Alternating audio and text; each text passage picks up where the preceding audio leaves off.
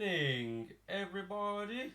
Hello. Sorry for the late start this evening. Thank you for joining us. Any of you who are new here, I'm Cam. This is my wife, Emily. Hello. And together we like to play Dungeons and Dragons in a one-on-one game.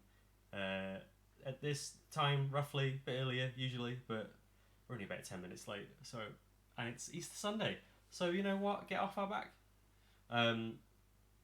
But yeah, it's been a very lazy day today, and been having to panic and make some tweaks to the setup. And despite having all day to do that, I waited until about 6:20 past 6 maybe to do it. Might have been too busy playing Final Fantasy VII Remake. I was a little bit playing Final Fantasy VII Remake. I mean, who can blame Look, you? right, it's a role-playing game. It's research.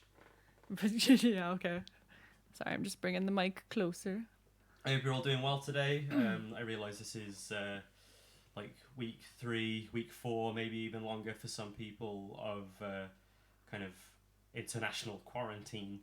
So it's getting into people's heads, I think. But I hope you're all staying safe and doing what you can to stay occupied and stay chilled out. I know we are. I'm going to enjoy my last day of my long weekend tomorrow. Probably just playing more Final Fantasy, and then it's going to be back to the grindstone for me, working from home. But I know that I'm quite lucky in the fact that I am able to do that. Mm-hmm. But either way, how are you doing? I am doing okay. Good. Yeah, I'm feeling a little tired as well. This seems to be this is getting quite common for us. I think our excuse as well is that we were up late quite last. We were up quite late last night. Quite late last night. There you go. Oh god, this isn't going to go well as if I'm already switching words around. We were playing another D&D game, which is I run an irregular Ravnica campaign with a group of close friends, and that was a late one, and it was a very brain ache one. There was 7 people, mm-hmm. and we were all doing it over Discord, so it was a bit. Yeah, I've come to the conclusion that I think 7 is too many for me. 5 is your limit. I mean, it might be an experience thing. It might just be that the infrastructure that I have in place for playing D&D online can't really support 7 people. Maybe when it gets to that amount, I need to start considering something like Roll20 to speed things up. Yeah. But the problem I have with Roll20 isn't the program itself. I think it's an amazing tool, and big shout outs to all the team that work on that. It's more just me. Like, my brain loves fiddling with techie stuff. So if I need to prep a D&D game and it's going to be on Roll20, I spend more time fiddling around with Roll20 stuff than actually Prepping doing the game stuff. So when it gets to half an hour before the game is going to happen, I'm like, oh, I have tokens, and I have maps, and I have music, and I have all these crazy cool things that it can do. Dynamic lighting, yes! And then I don't actually have a game. And then you're like, oh shit. And I know, sometimes it's fine to just sometimes it's okay to just phone it in. Like, if you've got a regular game that's every week or whatever, sometimes it's okay to just go in with extremely minimal prep and just that's what roll happened with it. What was it? One of the Saturday games you did you said you did very little prep, but most of the time we were talking, so you were like, shit, that's fine. Sometimes if you got players that are really into roleplay, you can get away with nothing. That's the thing is, with the Ravnica game, for example, because we play it so infrequently, I tend to go a bit ham with the prep on it. Yeah. Because I'm we only play this every 2 or 3 months, so I want it to be I want each session to be something to remember. Yeah, and this is a game that we usually play in person around a table, so this is the first time we've done it over Discord. Yeah, I think I need to sack up and just kind of take some time into figuring out and going into it. But I don't know, there's something for this show in particular, for example, I really like this. I like the fact that we can play in person, and it's kind of a more acoustic experience is the only word that I can think of to describe it. Anyway, with that being said, we should actually play. I need to find a home for my mug, Because at the moment we're just kind of... I've yawned like 5 times in the span since the... Well done. I don't... Every time we go to start the game, I just start yawning and getting ready to fall asleep. As long as you turn away from the mic when you need to yawn or like I usually sniff or do other things. I usually put my hand up in front of my mouth. Okay. I'm not just yawning into the mic. No. I just did. I don't think that was a yawn. What was it then? Noise. Oh, I need more table. Yeah, I'll hide it over here next to the mixer. and then I won't drink it because I can't see it. Just move your dice tray. No! Just put it right there then. No! Okay, I'm taking this now. Right. Oh, I didn't mark off a long rest. Every time. I even asked you. You even asked me the question and you didn't do it. I know. What's the matter with you? I was waiting until the game started. You do it on purpose. I think you do it just to troll me. One day I'm just going to say no, and I'm just going to keep saying no, and you'll be like, but Cam, I'm on 2 hit points and I have no spells. Well. Just do it anyways. Tough. I'd be like that. I'll turn it off. I'll get in contact with my boy Adam Bradford and be like, so there's this user account. Can you just like remove the long rest button from all of her characters? No. No. It's alright, I think that's the only way I'm going to have a hope in hell of killing you at this point, because you've sort of gone over and into ridiculously overpowered territory. You know that my own idiocy is what's going to kill me in the end. Right, you've hit level 6, right? Yeah. You've got the crazy thing where if you heal other people, you heal yourself. Yep. And Quinn has 2 attacks around now. Yes. Things are going to get a bit stupid. Which means if you hit me, it's probably going to be more devastating because you're going to throw harder shit at me. Well, I would like to. It depends on what the boosh says. So yeah, we've got a slightly different setup now.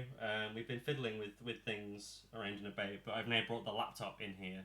So Emily's going to be using the PC itself to manipulate her character sheet, and then I've got my super secret DM window that I'm assuming you can't quite see from here. No, I can see it. You can see it. How well can you see it? I can read. If you sit there and but I'll know if you're there like. I'll just be like. You take 48 psychic damage as you see hidden secrets that aren't meant for you. It's like reading the Elder Scroll.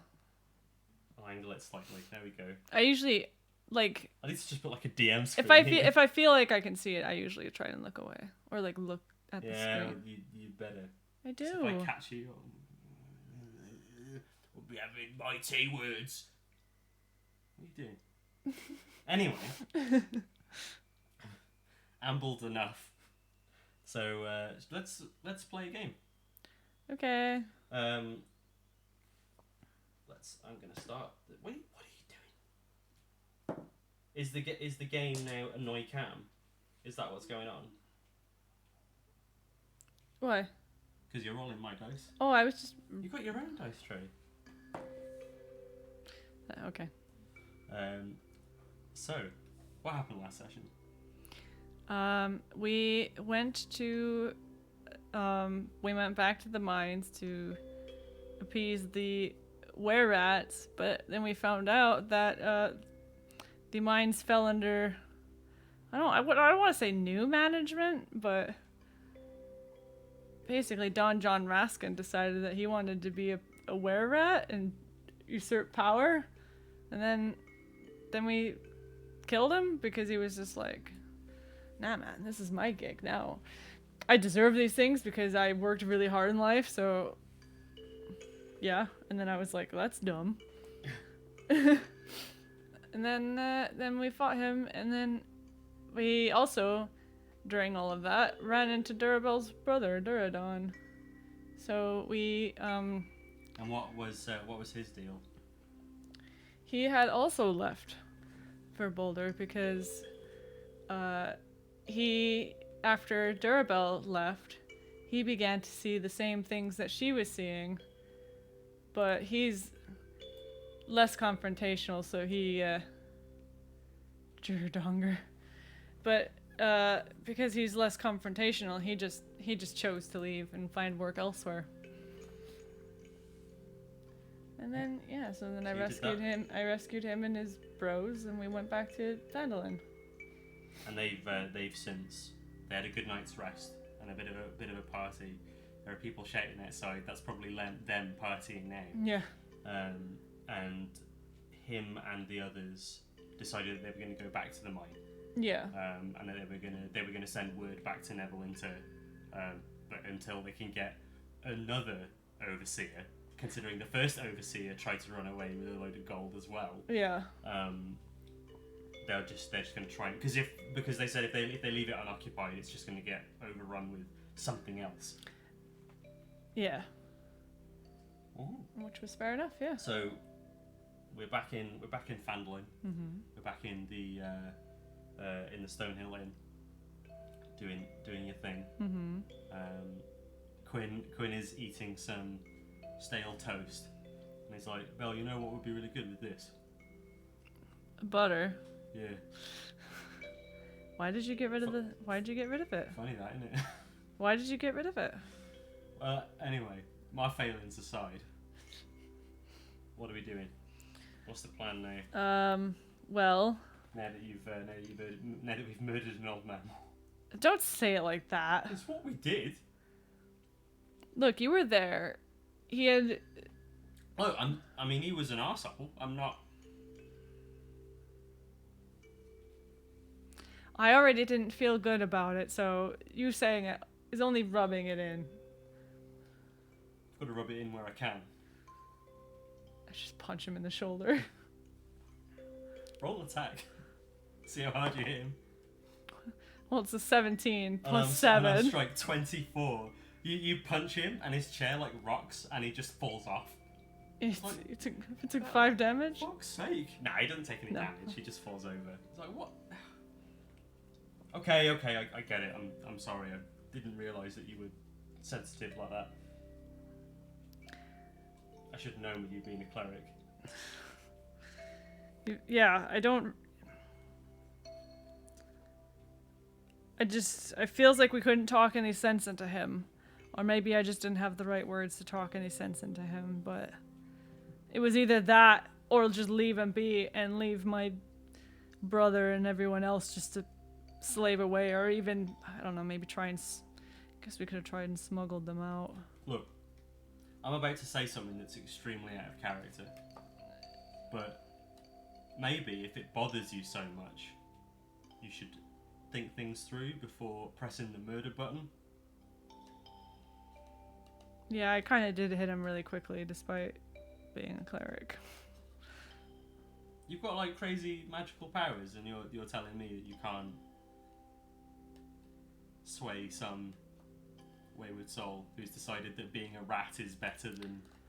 Well, I mean, I tried, and apparently I did a terrible job of it. But you got crazy magical powers. Look, you and I both know that conversation isn't your strongest suit. So are you saying I should... That's my job. Are you saying I should use magics to sway them? No. Well, maybe. Can you do that? I could learn things to do that. I know that spells like that exist. I'm just, I hear stories of people with... Because, like, that thing where you get the fur and the teeth and you become a bit of a knob when the moon comes out is a curse, right? Yes, I believe. Don't you... You're a cleric. Don't you cure that shit? Out of character, is this a hint? Maybe. I could look at my spells and... Well, it's a bit late now. I'm just saying. Maybe that's the lesson you need to take away from this. Look at me being all philosophical. Look me, the guy that weighs his entire pride against how many people I've punched in the dick in one day. Are you okay? Do you need to be... No, I think almost being killed by those rats in that cave has done something to my head. Maybe it's making me feel a bit introspective. Yeah. It was very embarrassing. No, it was. I mean, I could add that. Out of character, I could add that to my spell list. I don't know how relevant it would be now going forward. Well, that's what I was saying. It's too late now. The point that Quinn is making is you have tools that can help you with a variety of situations. But I didn't even have it last game. No, but you could have left, got it, and come back because you can prepare new spells on long rest. I forget that. So you could have just been like, "I'll be back later." I'll be back later with some help. Yeah. Just kidding. Well, that's also the fault of me, the player. But either way, we're weaving it into the narrative. Yeah. That maybe Durabelle is a bit of a fast trigger lady, and needs to learn to back pull off. it back. It's part of her progression. Yeah. As a character. Yeah. Anyway, I've ragged on you enough. What are we doing? What's the plan now? The only rumor that we heard was the one about the treasure, right? There's treasure. There's treasure we can go and look for potentially. And then there's also that horse that we found. Who was saying all like the orcs were up to something. Oh, the centaur fellow. That's probably it's been a few days. It's probably been like a week at this point. But didn't Falcon also say that he would send word if they were up to something? He did, yes. Right. Here's my proposition for you, because I'm the leader now apparently. What if we just went and had a cheeky look? Just it's only a lighthouse. How bad could it be?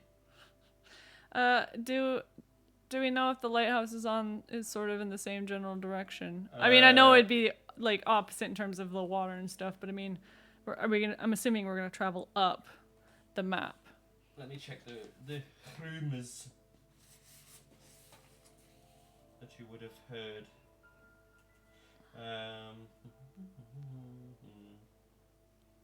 So it's to the west. So it is kind of out of the way.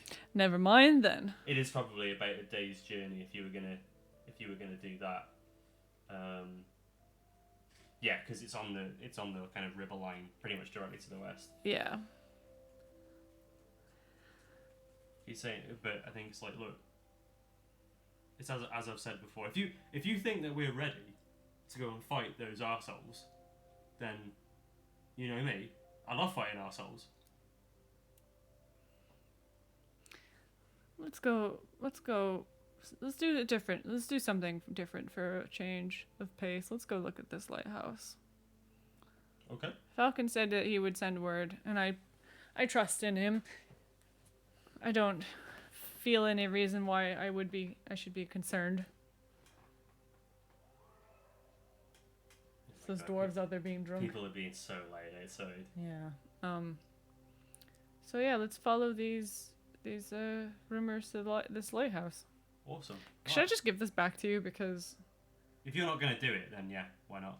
I mean, am I at a could I go and do it? But. I mean, yeah. But it's probably not really relevant at this point. Let's just put it over here for now then. It was one of the quests that she got right at the start, just for context. Yeah. Okay. So as far as you know, the lighthouse is. What are you doing? I want to get a token for the map. Maybe I want to see where I'm at. Oh, the tokens are everywhere. Yes, they are.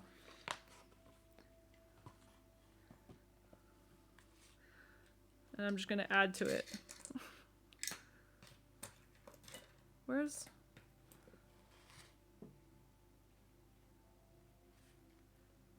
Am I blind? Am I not seeing the hammer or the axe?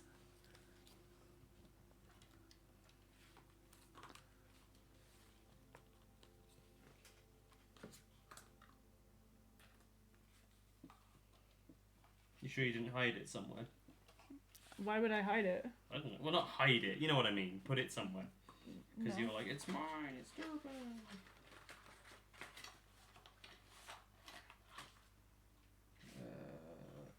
No, I don't think it's here. It must be somewhere else.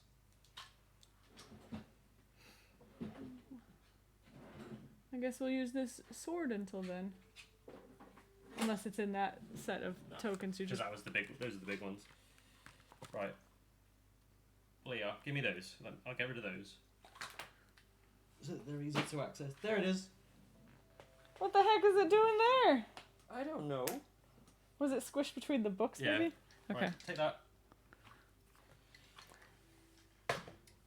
Okay, so first of all,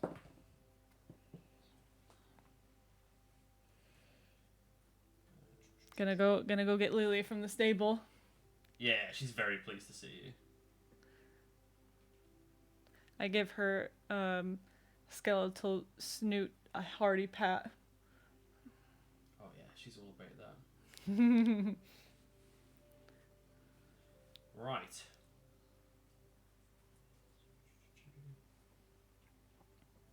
Okay, so the coastline is about 35 miles away. Okay. So, assuming you're leaving in the early morning, which you are, you can reach the high road, which is the main road, kind of making its way through by nightfall.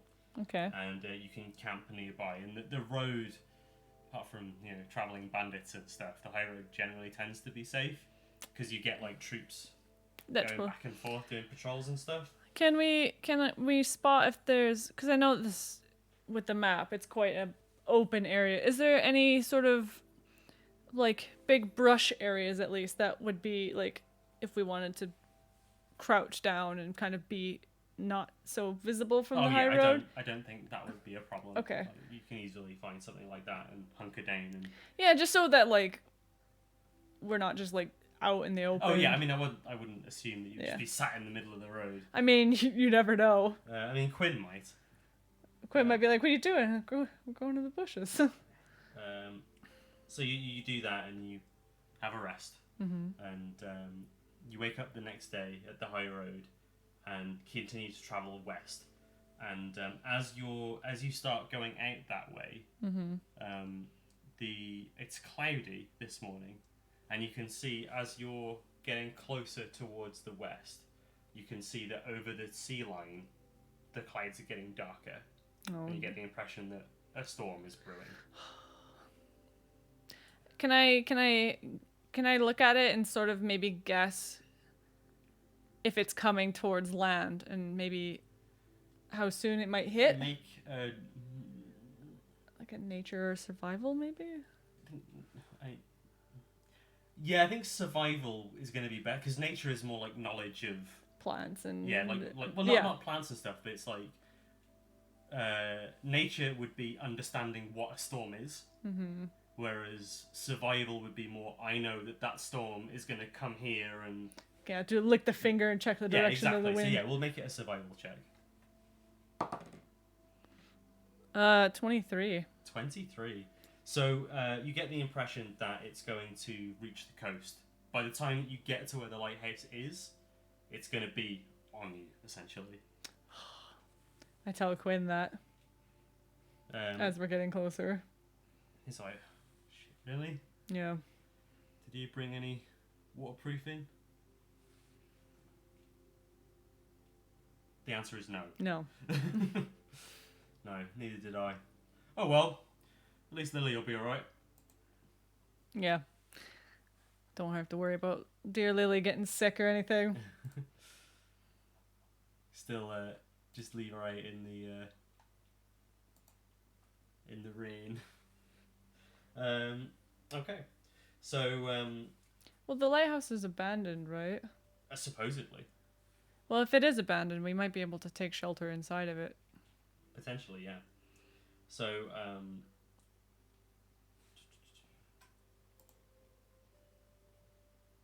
just checking the map. Oh, checking the position of it. Yeah. Okay. So, below the high cliff that hugs the coastline, an outcropping of rock is nearly surrounded by water, with only a narrow causeway connecting it to the beach below. Atop this outcropping is a stone building surmounted by a lighthouse tower. An eerie green light pulses from this beacon, shining westward out to sea. With each green pulse of light, you hear the thump of a slow beating heart.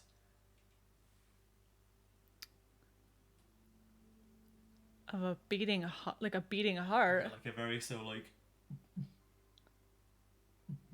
And it's in time with the light, is it? Yeah, the light kind of undulates in and out. It's like. And it's very, like, as you look at it, it's very ominous. Unsettling to. Alright. So ominous the blinds are going nuts. I'm just gonna stare at it a little bit and as we get closer, does it look like, can we see the door? Roll a perception check. 8. You're quite far away at this point. You're still on the cliffs. So you're on the cliffs, and the lighthouse is on this small, like, landlocked. Mm-hmm. Is that the right word? No, a small island that's kind of out to the coast a little bit, and there's a little kind of natural bridge that connects the two. Yeah. So you can see as you look down the cliffside, there's like a natural step way that you can go down to kind of safely reach the road. Yeah, we'll go down that way. We'll try and basically get as close. But Lily, I don't think Lily would want to walk out onto the rocks towards the lighthouse. Or walk the path out there if it's quite thin. The steps are quite thin and quite steep because they've been cut into the cliffside. Yeah. And Lily seems a bit unnerved anyway by this vision in front of you of the beating lighthouse. The beating light coming from the top of this lighthouse. She's not a fan at all. I think as soon as you can start hearing it and you see it, Lily refuses to go any closer. And that's probably a good few meters before you even get to the cliffside. Right, okay. I just look at Quinn and I go, well, if we want to get any closer, we're going to have to hop down and do it by foot.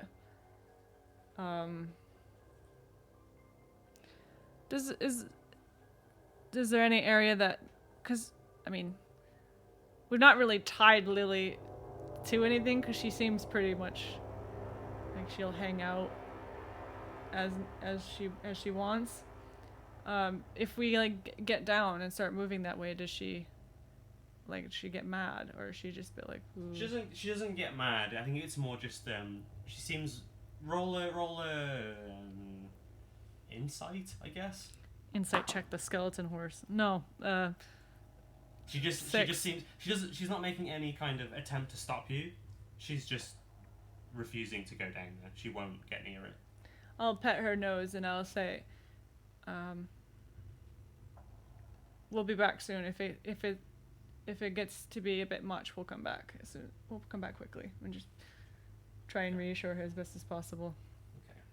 So you make your way down to down the stairs, and you reach the kind of natural bridge that connects the beach side of this area across to the island.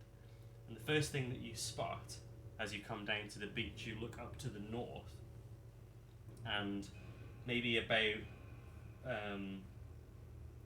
30 or 40 feet away, you see a giant shape. Make a perception check.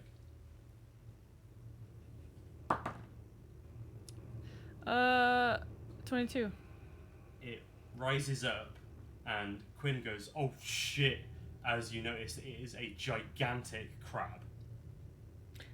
Enemy crab. Giant crab that just like lifts itself up as it's clearly spotted you, and then raises up its massive claws and starts waving them around as if agitated, and it starts making its way towards you at a hasty pace. I imagine it's so quick that we couldn't run back up the cliffs, the steps that we got down to the beach. I mean, you could.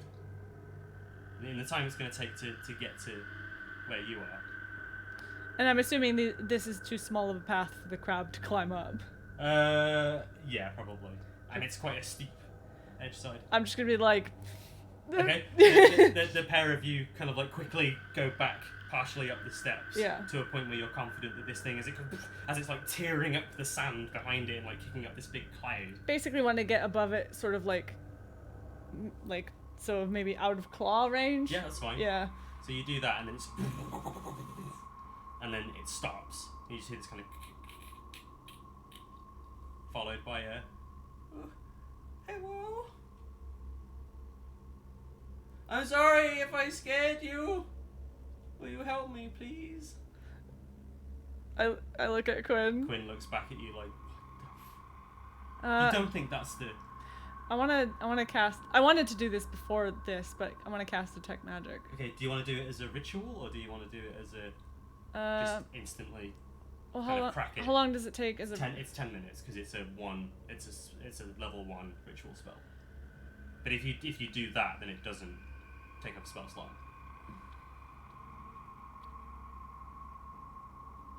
All the while, you just hear this voice being like, I was gonna. hello? Would you be nice and say that I did it before we went down the cliff? No. Okay. Because if you wanted to do it, you should have done it. I didn't get. Okay. Yeah, you did. You could have stopped me at any I'm point. sorry. I don't want to interrupt. I'm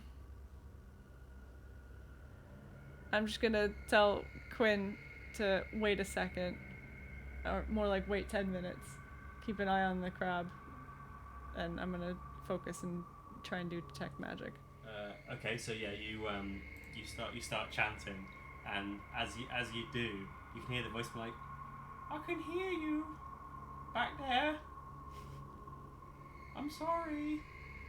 I know I'm scary. Quinn's just like, I mean, he doesn't have a watch, but he's like, I feel bad now. And you can't. You're just like, I'm sitting there. you're trying to concentrate on this spell, and you're just like, just deal with it. Hold on a freaking minute. Or 10. Quinn just kind of slowly leans like a little bit around the corner and goes, "Well, look, it's all right. We'll just be a minute." And he kind of like, "Okay." Oh no. And it just kind of like sits back down in the sand. Okay. And then. As you keep going, it gets to about 4 or 5 minutes, 6 minutes. You can hear what sounds like crying. Oh no! Oh no! Okay. And then it finally, 10 minutes hits. Yeah. And you cast Detect Magic. And yeah, immediately you're sensing a giant crab-shaped reading of... what would it be? I need to check. Because annoyingly, it doesn't actually tell you, but...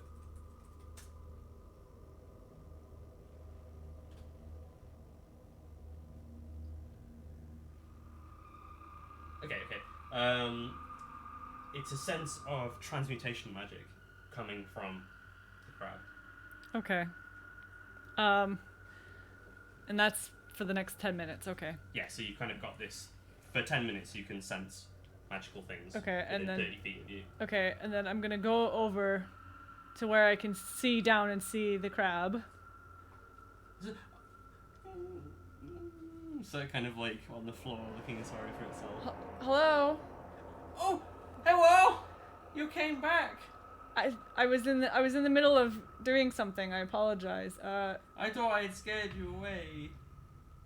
I mean, you did scare us a little bit, but I know I'm a big crab, but I'm nice, honest. are you always a giant crab? Yes.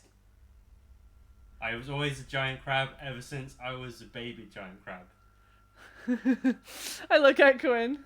Quinn looks back at you, being like, I don't fucking know. Can I insight check the crab? Sure. What are you insight checking for?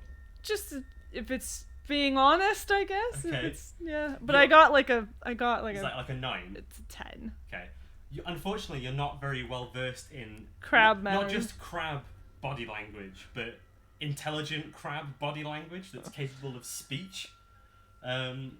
So you have no idea whether it's being honest or not.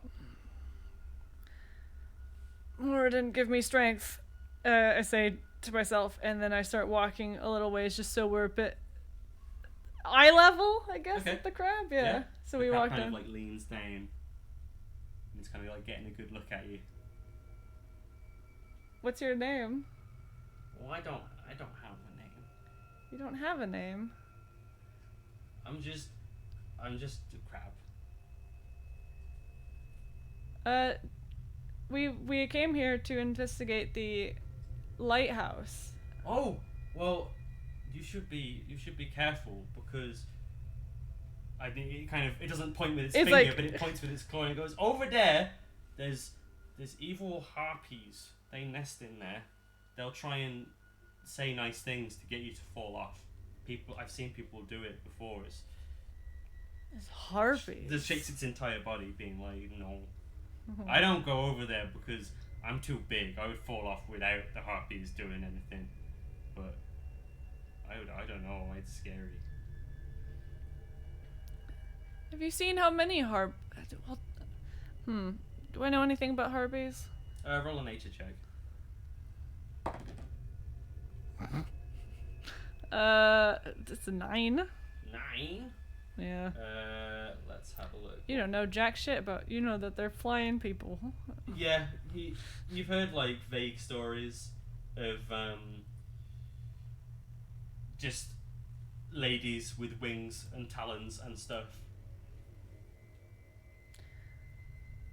But that's about it. You don't know a whole lot of details. How long have you lived on the beach? I've lived on the beach all over my life. Has the lighthouse always been green? No. The lighthouse used to belong to my master, my friend. What happened to them? She died. From the harpies? No, they've only just started coming here. My friend was an elf.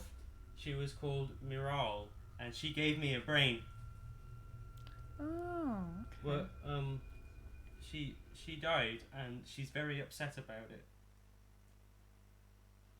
And the crab kind of gestures to just kind of down the path of the natural bridge. There's like a small cave area that's like overshadowed that passes through. And the crab says she started living in there because she doesn't like what's in there, and she's very, very upset. Well, I've been waiting for people to come because I was wondering if you would help me. Do you need help clearing the lighthouse? No, I just want you to make my friend feel better about being dead. And if you'll help me, I can offer you something in return. Well, I suppose that answers some questions that I had. Sure, we'd be happy to help. I mean, we just came here following a rumor anyways. So What was the rumor for? treasure apparently? Yeah. There's shipwrecks. They all crashed because they're dumb. But they have treasure in. I've seen it. When I go for a swim, I see they have treasure. So if you help me, I could go and get something for you because there's sharks in that water. There's one shark in particular. Her name is Dagamore, and she's not very nice. She tried to bite me, but I'm armor-plated. I think you're very sweet. I give Quinn a glance just to see how he's looking. Quinn looks like he wants to die. Really? He's just like, this is so stupid. But at the same time, the mention of he's like, right. He's like, it's dumb, but then he He's like, hears treasure and he's Yeah, like, Quinn, level with Quinn. No, I'm Quinn. Belle, level with me, right? This crab, like either we've got nuts or the crab's got nuts. But if there's potentially treasure involved, well, I mean, the crab is magical. So I mean, it isn't that we've gone nuts. It's that the crab is literally gifted with intelligence. I look to the crab and I say, I would be happy to speak with your friend. See if I can alleviate their woes. Thank you. I said it already, but her name is Miral, Miral. Okay. and she's very upset. But just try and be patient with her, please. She was very nice before she died. I mean, from what I understand, most people are generally pretty nice until they die. But I will go and see what I can do. Okay. I'll wait here. And it just sits back down. And it's like watching you. Is like, there expectantly? So there's like is there an easy way to get down to the cave without? It's. Would it be like? You don't have to get down. It's already on kind of the path. You have to get to the lighthouse. You have to pass through it anyway. Right. Okay. So yeah, it's kind of straightforward. Okay. Yeah. So we're gonna head that way then. Okay. So yeah, you say your goodbyes to the crab, and make your way over. So as you Wait, I am gonna cast this really quick. I'm gonna cast. What is it that you're going to cast for the audience, please? I'm going to cast Aid. Oh. Wait, why does it say I have Bane and Bless? Because you're a life cleric, so you have bless automatically. No, but I mean I thought I only took Aid, but I have Bane as well. Unless I had Bane before and I just forgot. You did have Bane before, yeah. Okay. Well, okay. So I'm gonna cast Aid. Okay. So increase your hit points. See, this is the thing. It's not temporary hit points. I think you just need to because your maximum HP goes up by 5. Okay, max HP modifier. Yeah, there you go. Yeah, that's cool. Yeah, and then you can do the same for Quinn as well. Yeah, where is he? Quinn kind of. It doesn't. Customize. Max HP. Make that 50. Just type it in. Otherwise, we'll be here all day. There you go. Okay. And then we can just delete that afterwards. So yeah. Yeah. And Quinn's like, oh bloody hell! I feel all vitalized and shit. I was doing some studying last night and I decided to read up on this one. So. All right. Okay. Yeah. So we're gonna make our way to. As you approach the cave, that's kind of not blocking the path, but on the path towards the lighthouse, you can hear this. Oh my god! Is it loud? So it's louder. As you're approaching, it's getting louder. Yeah. And you get a ping from your detect magic. I was just about to ask if that was concentration, but it's not, is it? No, it's not. Okay. Actually, yes, it is. It is. But you're fine because Aid isn't. I don't think. No. No, you're right. Okay. So you're okay. So you're still concentrating on it, and yeah, you get a ping of necromancy coming from right. Okay. that ring, like a small humanoid-shaped aura. Yeah. And you, what are you doing? I'm gonna tell Quinn. I'm gonna be like, okay. I'm gonna try and be as diplomatic as possible. If I start getting a little bit antsy, just nudge me. Alright. And then I'm gonna go, and then we're gonna, once we get to like the mouth of the cave, can we see anybody inside? So how are you approaching it stealthily, or are you just kind of gonna make your way in? Well, I was just gonna kind of casually approach the lip of the cave, but I was gonna, I guess, knock. You can't. I mean, there's no. I mean, I suppose you could just kind of like be.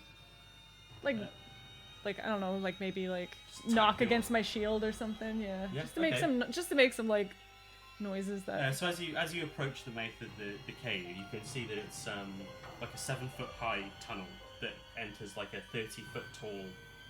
Sorry, it's a 7-foot high tunnel that passes through this kind of 30-foot tall kind of like lump of rock, and the inside it kind of bubbles out into an 8-foot cave that's covered in lichen because it's all damp. It's damp, and you get the impression that at high tide it's flooded. This is completely flooded. Yeah.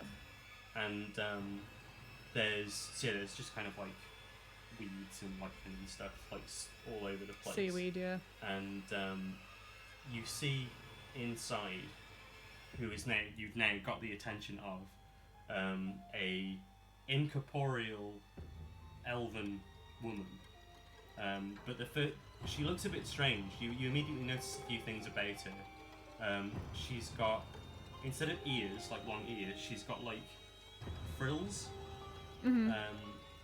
She's got webbed hands and webbed feet, and she has like gills across her neck, Mm-hmm. and she's wearing like very plain, simple clothing, maybe like seafaring Mm-hmm. clothing, and she's got long hair, but they all seem to kind of be suspended as if she were underwater. Mm-hmm. And she looks at you, and there's kind of like her face contorts to like this visage of dastardliness. Mm-hmm. Like, well, you I was gonna say, is it a bit like actually the freaking... make a wisdom saving throw. Oh dear. It's a wisdom save, so it's a dirty 20. Dirty 20. In the moment that you turn and you see her, the first thing you see is the banshee Mm-hmm. that you fought at Axe Home. Yeah. There's that moment, and you have a flashback to what happened then, and the scream rings in your ear, and you have to kind of, you double over and have to Yeah. kind of Collect clasp your ears myself, for yeah. a second. But with that, you quickly come to your senses and you blink, and then you see her true self. That's kind of trying to look threatening, with this kind of like ghostly form. But yeah, she's definitely another banshee, Mm-hmm. and she just kind of like looks at you and looks at Quinn and goes, "Who dares?" Is it Mural? Mural was the name, right? Uh, Sorry, I'm bad with names sometimes. Miral. Mural. Are you Mural? Her face kind of looks a bit confused for a second. Her form kind of shifts back into looking more normal. Mm-hmm. Like she's still kind of, her features are kind of sunken, and it's still like not. She's not quite as most- spooky, but most still pleasant to yeah. look at. But she blinks at you, goes, kind of shifts a little, and goes, "Yes, that is I. How do you know that name?" We spoke to your crab friend on the beach. They didn't have a name, but they're the one who told us about you, and we heard that you were in distress. Yes, I suppose distress is what you could say. More sorrow and frustration.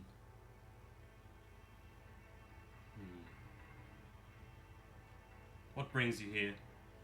Why do you disturb me? We were following rumors about the treasure on the lost ships. We just came to check it out, and that was when we ran into your crab friend who asked us. They beseeched us to come speak to you, try and help.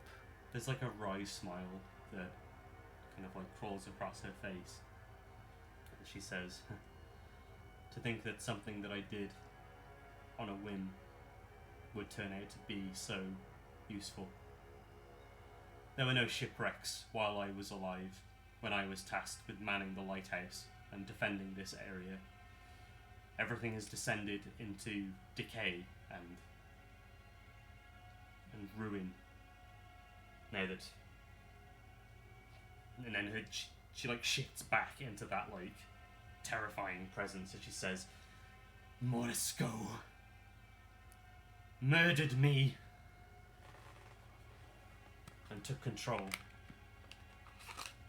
Oh, it's Moesco. So Moesko.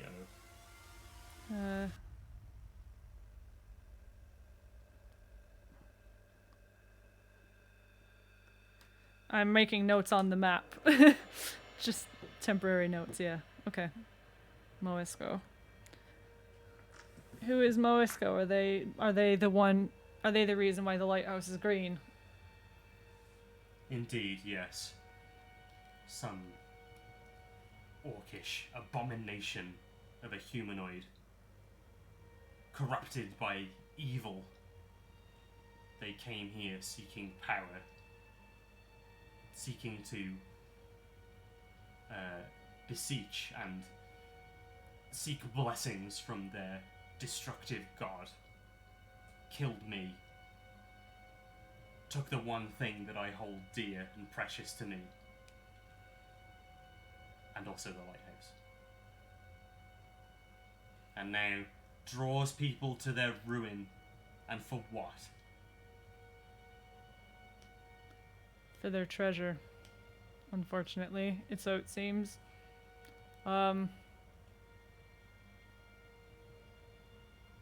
We can... I'd be happy to help. Do you know how many are here? Because I hear that there are harpies. Unfortunately, I do not.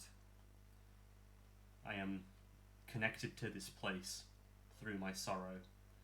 However, I am not strong enough to deal with Moisco alone. I have chosen to remain here. They took... I had a keepsake from my mother. It's not, maybe not much to you, but it was a conch shell of a remarkable resplendence that we in my family used as a focus for our spells and our rituals. Mm-hmm. That they took from me as a trophy. I am doomed to spend an eternity here until somebody decides to end my unlife, and I have made peace with that. However, all I want is that shell. I care not for what happens to Moisco anymore.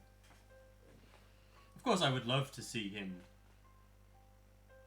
see his doom. See his doom in return for what he did to me. But if that isn't possible, and you can simply just retrieve that shell for me, I will be in eternal gratitude to you.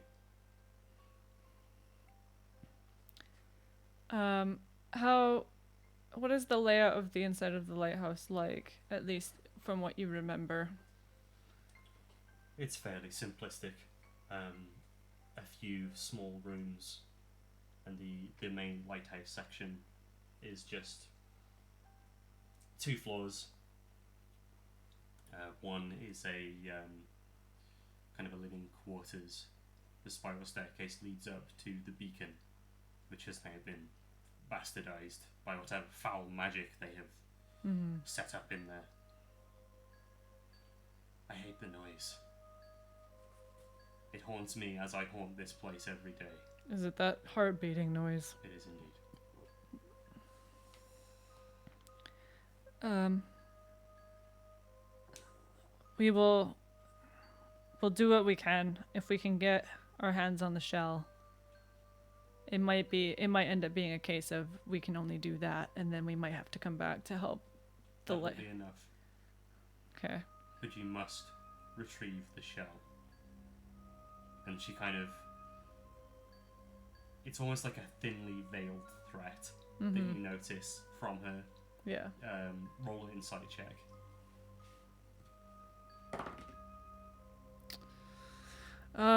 17. You're filled with this strange, and it could be being bolstered by, like, she, just by her very nature of being a banshee, she puts you on edge. You're really, like, you're subconsciously gripping your hammer. And kind of the beads of sweat are dripping down your face. And you're kind of trying to pass out, being like, no, it's just drops of water from the roof hitting my brow. It's nothing, but like you feel like cold and clammy. But with that insight check, you feel as though if you don't do what she wants, she's going to be angry about it. Yeah. And she may shift her retribution Yeah. to you. Yeah. Family is very important. I can understand your sentiment and your desire. We will do our best.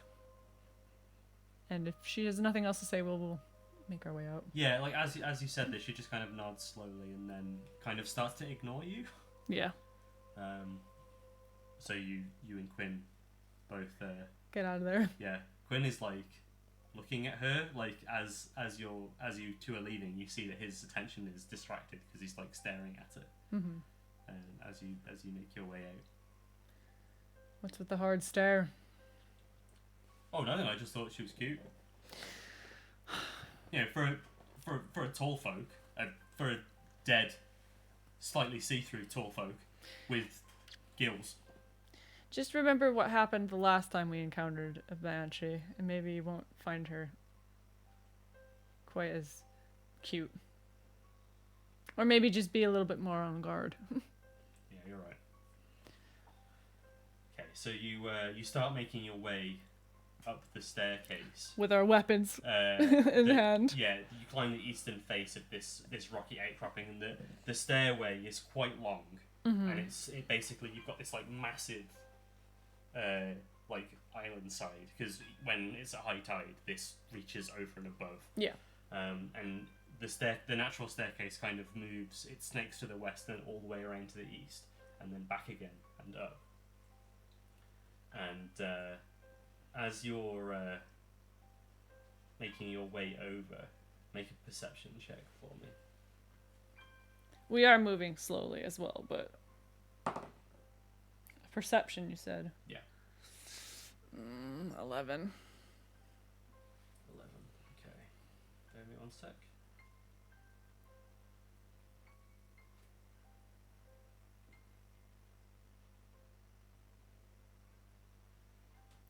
Okay.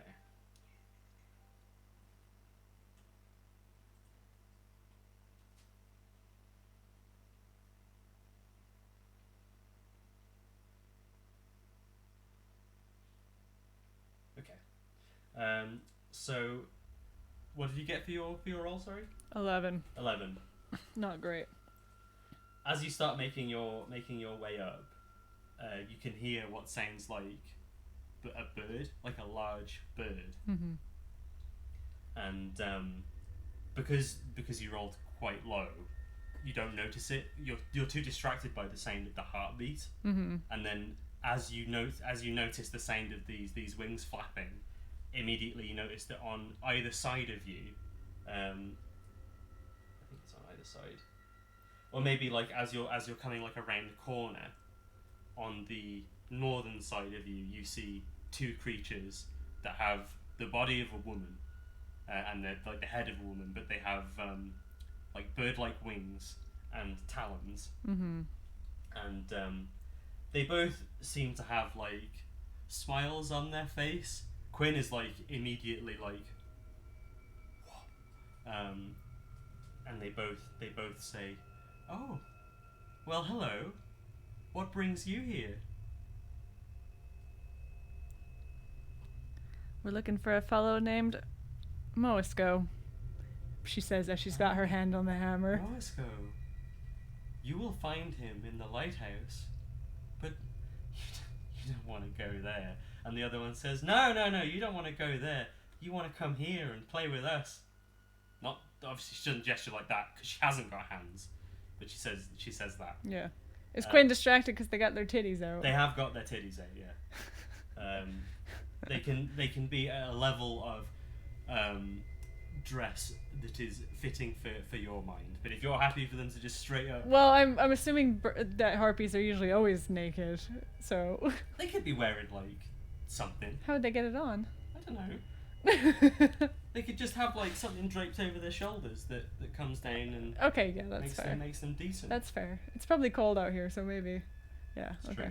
True. So I need you and Quinn to both make wisdom saving throws. Okay. I was just checking something. No, that just increases hit points and Yes. Yeah. Okay. So wisdom saves. You said. I got a 14. Okay.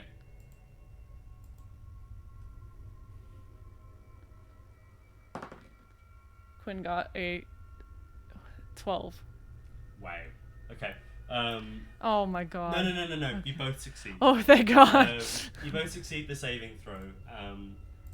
But I'm gonna say that the reason that you save is because as they say this, you kind of blink for a second, and you notice that Quinn has started walking forwards towards the sheer drop, like edge on the northern side, with kind of like a blank, like, Yeah. yeah, that sounds great. And you're just like, Quinn! And you grab him and yank him back. Yeah. And he kind of like snaps at him and goes, what? I'm gonna look at the harpies with daggers in my eyes. What's the matter? Are they like in our path? No. They're so your path kind of like arcs around this way. The harpies are above. Basically, they're flying above the water. Oh, okay. So they're just trying to lure you to fall off. Oh, right. I'm just gonna say, like, if you want to play, you have to come a little bit closer. And I say that, and I've got like my hammer. And when they realise that the charm effect hasn't worked on either of you, they kind of go, bah! And they kind of like move as if they're going to attack. So roll some initiative. I've already got a name for the crab in my mind, by the way. But Awesome. I'm not gonna tell you until we get back. Okay. Let me just set up the encounter.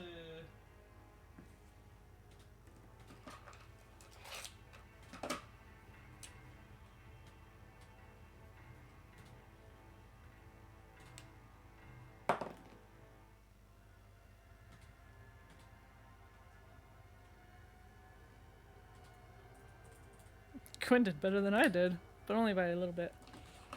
Oh wait, no, I want to. Oh.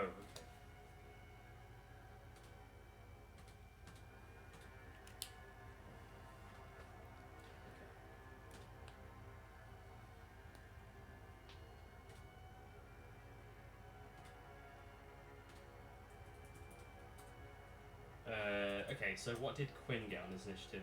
He got a 17. 17.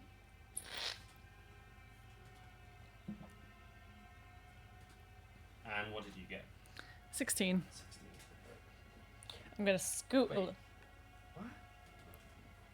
What? Oh, okay. No, it's alright. Okay, so Quinn gets to go first. They are, at the moment, they're still about 10 or 15 feet away out into the, actually they'd probably be their full movement away. So they're quite a way away. They're about 40 feet away, flying above the water, and they're still kind of, they look annoyed, but they're still kind of cooing and like, come on.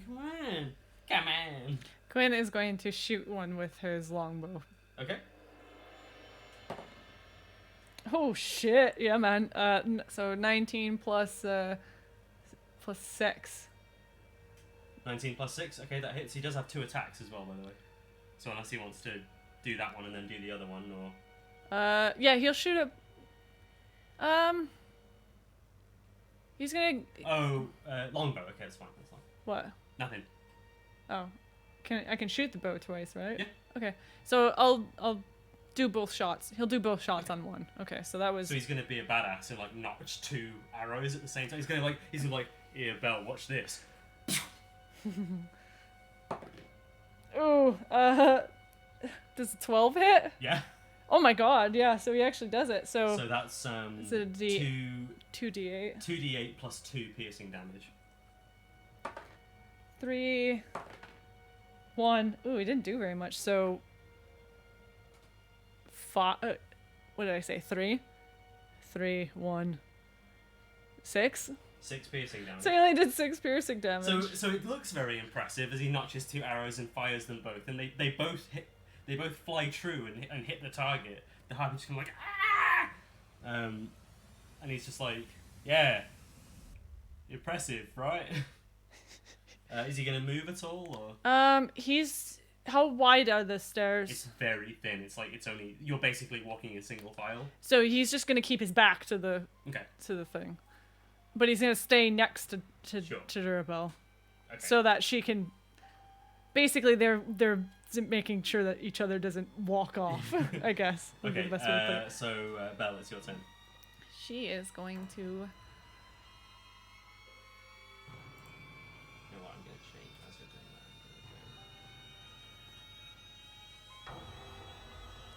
that. She's gonna use her crossbow, and she's only got one attack, so. Yeah. Wait, that's a cantrip, isn't it? No, it's not. No, I'm it's dumb. a first level spell. Have you not got Sacred Flame? It's probably because it's not an attack. So yeah, you could do Sacred Flame instead.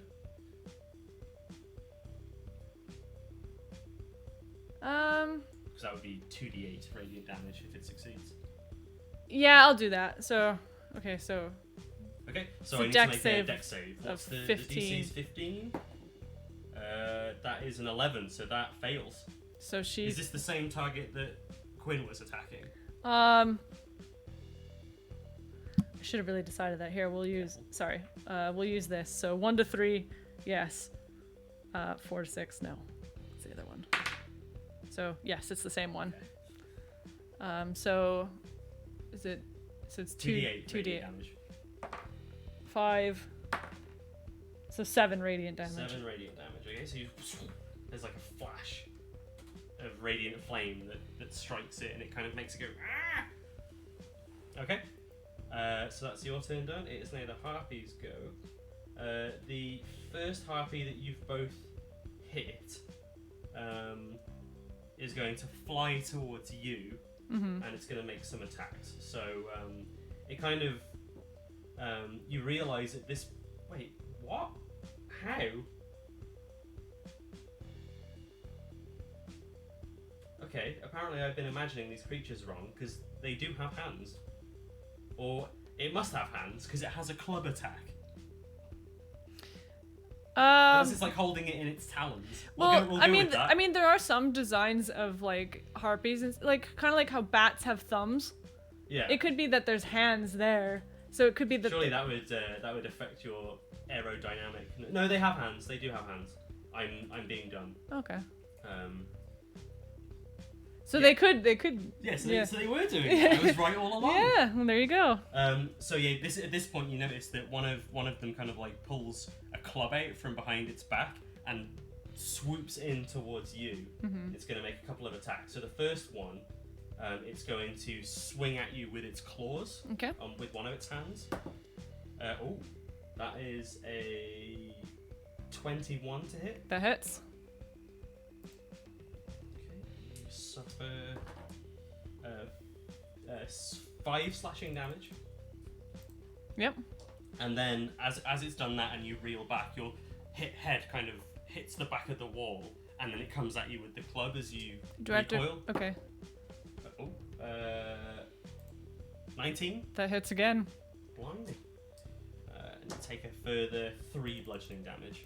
I have to roll 2 constitution checks, don't I? Yes, for detect magic. Oh, I suppose I'm not too sad if I lose that. So that's a 10. That succeeds. 10 plus 3. And that's an 18 plus 3. Succeed on both. Okay. Okay, the second harpy, seeing that Quinn was charmed, was like very close to being driven away, like it knows that it's got no chance with you.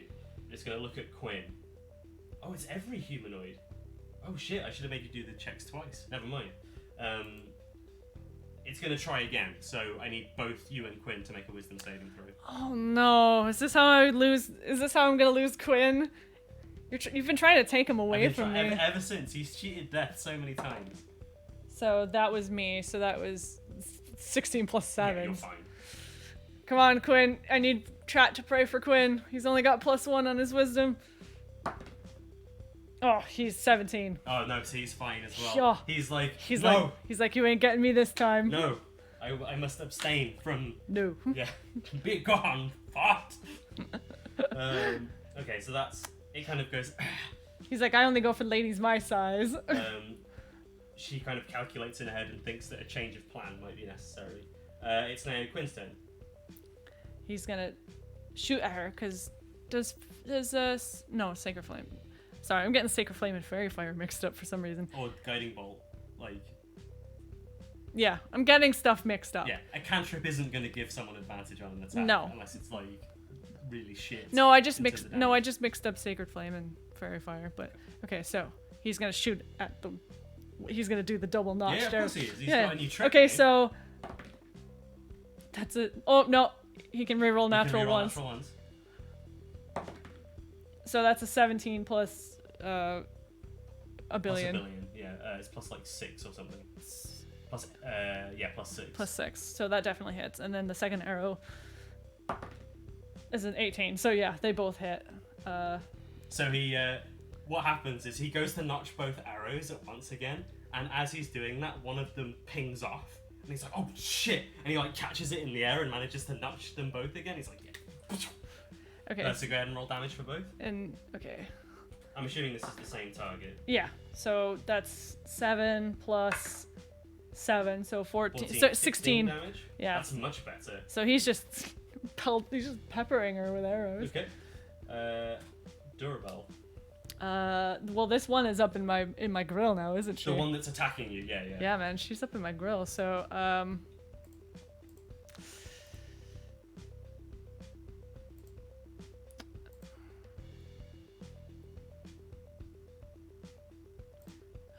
I'm gonna cast Spiritual Weapon at 2nd level. Okay.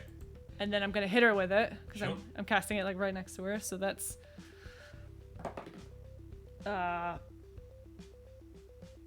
12. 12 just hits. Okay, so that's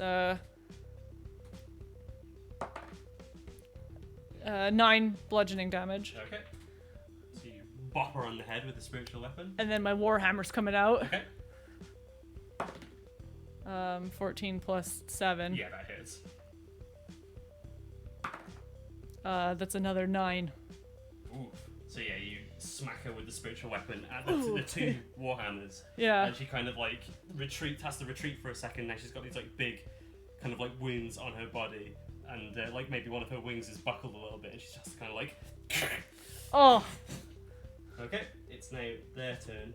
The harpy that's been like peppered with arrows, and your sacred flame, kind of looks at her injuries and fucks off. She just flies back up towards the top of the hill where the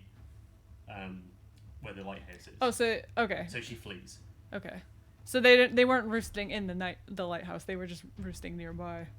I mean, yeah, they are nesting up there because she's flying off towards the lighthouse. Oh, I thought we were climbing up the lighthouse. You're on the way to the lighthouse. You're not there yet. Oh, okay. They're accosting you while you're on the way. Right. Okay. Sorry, I had that mixed up.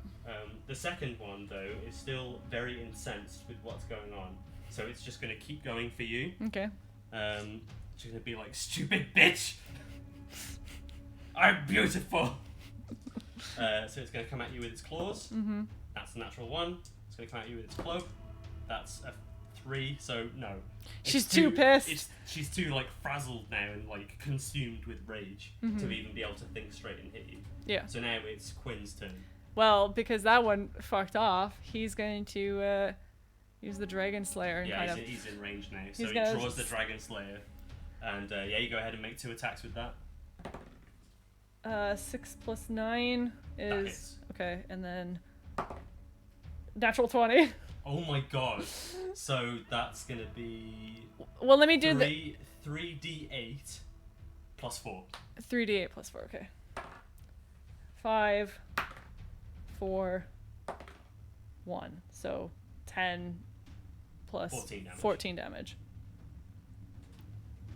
Okay, yeah, so he comes in, he's like, the first one kind of like slashes through and kind of takes a big gouge like out of her leg or something, and then the other one kind of comes through and he stabs it like right in the shoulder blade here, just like goes straight through, and she just screams as he pulls it out.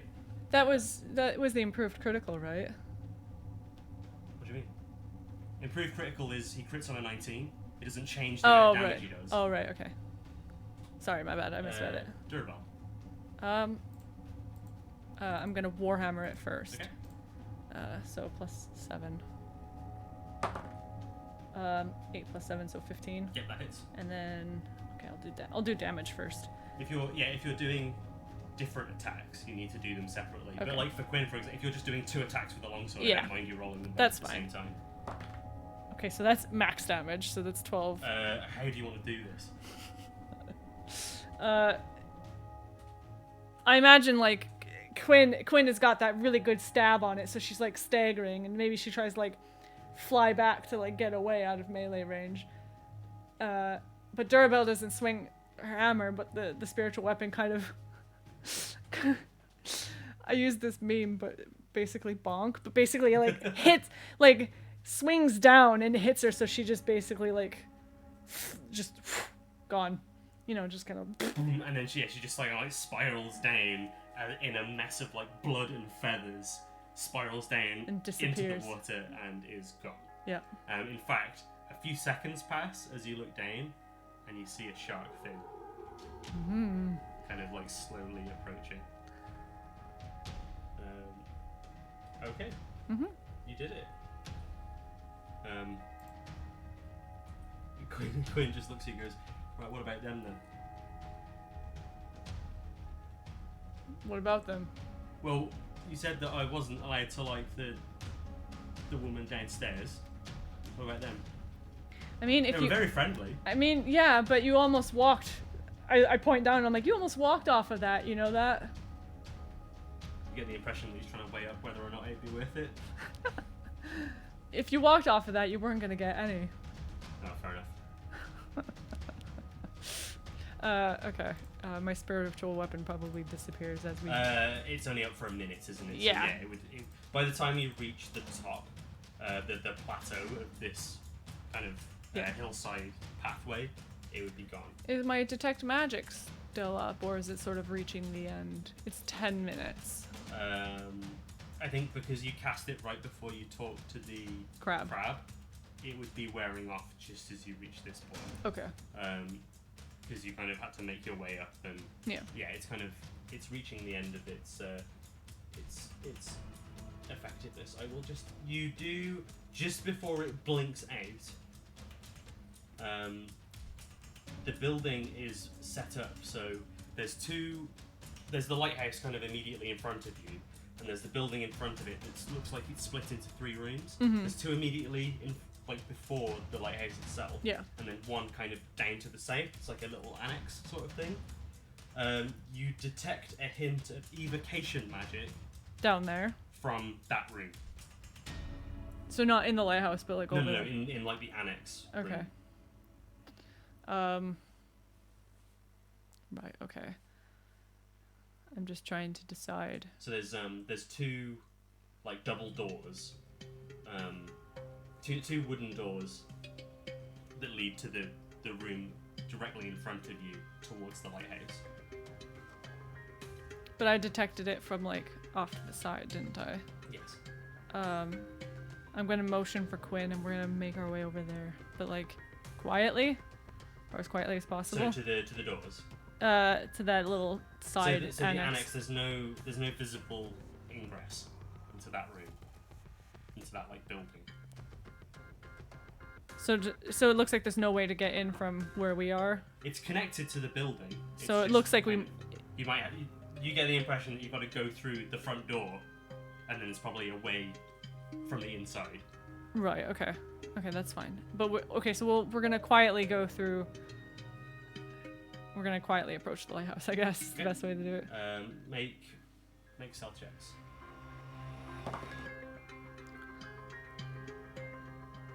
16. You have advantage from 16. And then Quinn.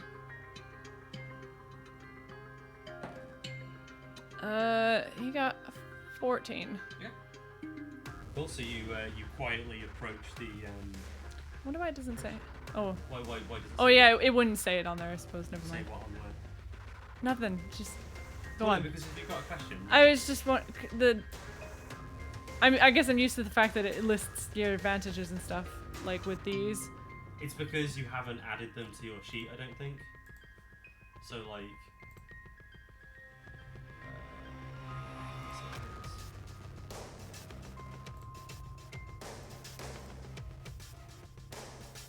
yeah, it might just not do it on there, but it's because it's one of these. There's nothing on here that states whether you get advantage on these rolls or not. Okay. I mean, you could potentially... No, it's fine. something It's here, but no, it it's wouldn't- fine. There's no notification for it. No, it's fine. So we're quietly approaching. Right, so... Are you going to open the door? Yeah. We'll slowly open the door. The wooden door that you approach has rusty iron hinges and handles, and you can see that decorative lightning bolts have been carved, like scraped into the metalwork. Is it a very familiar shape? Okay. Symbol of Talos. Angry. I am doing an anger. Okay, so you open the door. It's not locked, and you make your way inside. And you make your way into a 15-foot high room that is roughly kind of 20 feet by 20 feet. It's empty. There's a dirty window in the south wall, which Quinn like immediately runs over to and like hops up and peeks outside. So I can see there are masts, like ship masts, poking out from the water from here. I'm gonna have a look. I will. I'll do a. Can we see the stairs? You cannot see the stairs, but you can see another pair of double doors that, from the view outside, you assume leads into the staircase going upstairs. Okay, I'm gonna I'll walk towards Quinn, but I'm sort of keeping an eye on those. Just. Okay. Yeah. So yeah, he shows you the window, and yeah, behind the grime, like smeared onto the window, you can see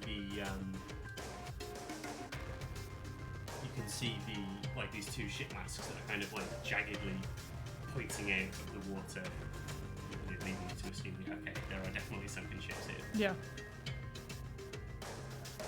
So there's a small door to the south that leads to what you would assume is that annex room where you detected the magical presence, and then there's the double doors that lead to where you assume the tower is.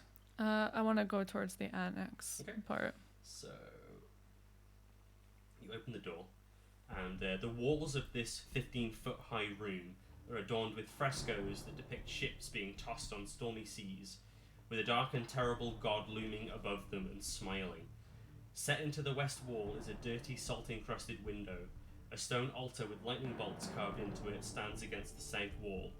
A metal rod descends from the ceiling above the altar, splitting in two before it embeds itself into the stone. Is this a shrine to Talos? Make a religion check. With advantage.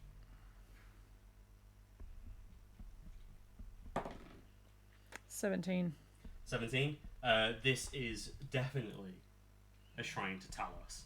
Like the whole thing has been set up, and again, like through the window, you can see there are more of like the sites of these shipwrecks that kind of match up with the fresco on the wall. How fresh does it look? The altar. Does it look like it was kind of erected in the... I suppose she didn't say how long she was dead. Yeah, it looks like it's been here for a while. Right, okay. I guess make a... Because you've got dwarf powers. Make a history check and add double your proficiency bonus with it. So it'd be +6.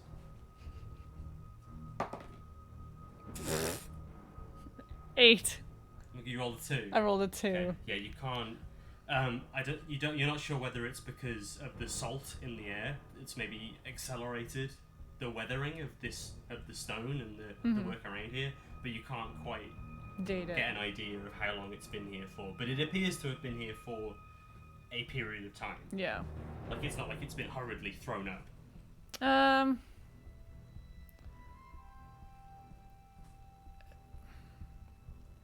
I sensed evocation magic. You said it was evocation, right? Yeah. Is there any? So there's a metal pole coming down from and the top then of the room. you said it splits splitting into two, and then that then like forks into the stone. You can see it's like buried into the stone. yeah. And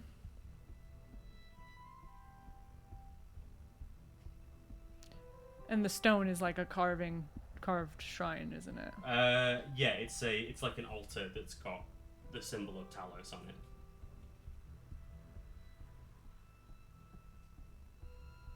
How sturdy does this stone look? I mean, it's solid stone.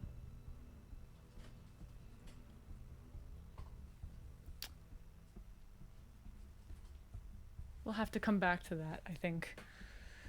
I have mason's tools, but I kind of wanted to use my hammer and see if I could give it a good hit. I mean, you can if you want. There's nothing really stopping you. Yeah, I'm gonna do that. Okay. Roll an attack with your warhammer. I'm gonna do it two-handed just because if I hit it, I want that extra. Okay, so you stow your shield and Yeah, just kind of. that's a D10. Sorry.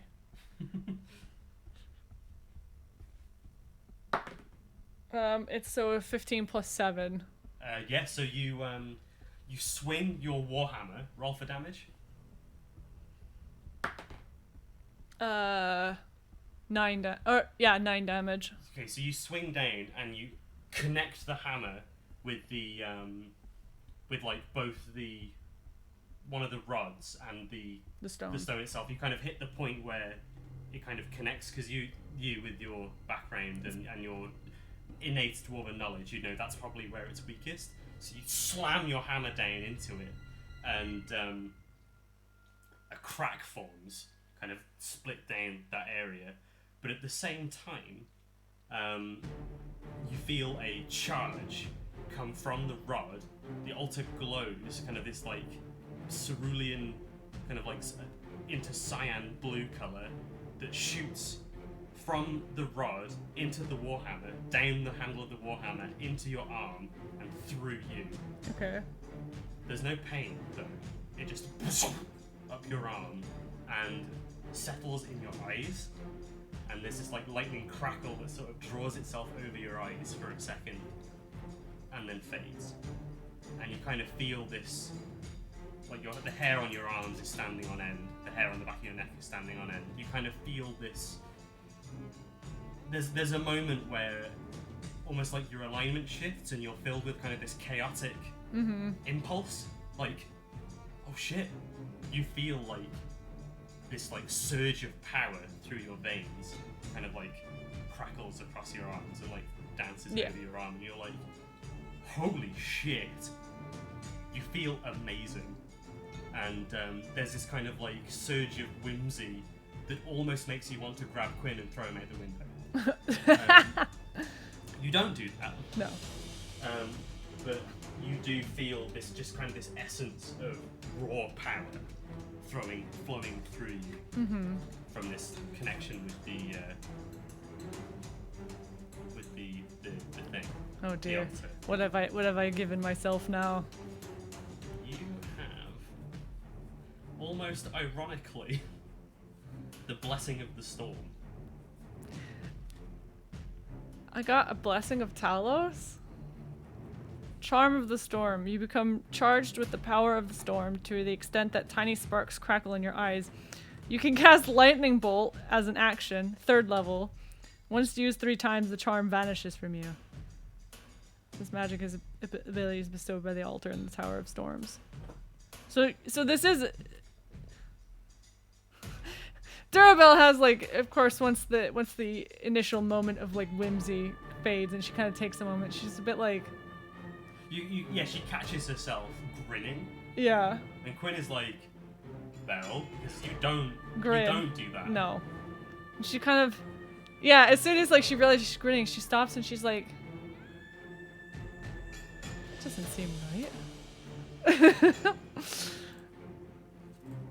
Yeah, Durabelle feels a bit weird. Oh, you all right? That was a good hit right there, but I saw something. I think so. I mean, I feel... Feels weird to say, but I feel pretty good. Well, as long as you're all right, and you've got some weird... something in your eye. I can't... Yeah, every few moments there's just like a... Psst, Yeah. just... Yeah, Durabelle has a moment where she's a bit... She's not sure how to feel! She's like... I just got a blessing from this guy that I fucking hate.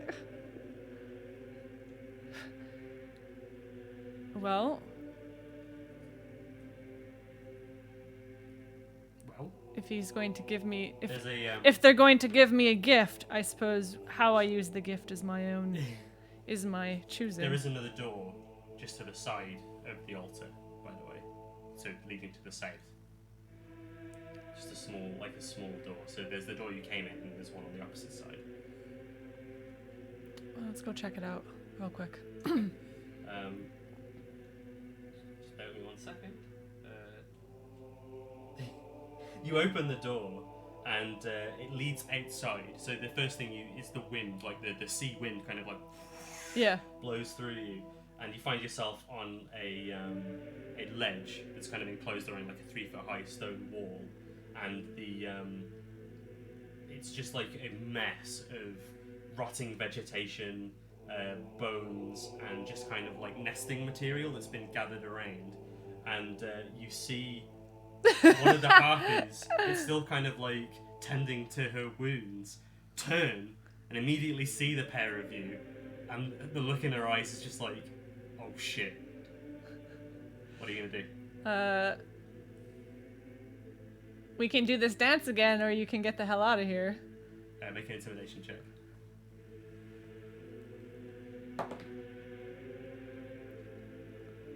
14. That's probably the best intimidation I've ever done. She immediately leaves. She just shakes her head and goes and just takes off and leaves towards the mainland. And is gone. I sure hope that doesn't become a problem later. Quinn's just like, it's one harpy. What's she gonna do?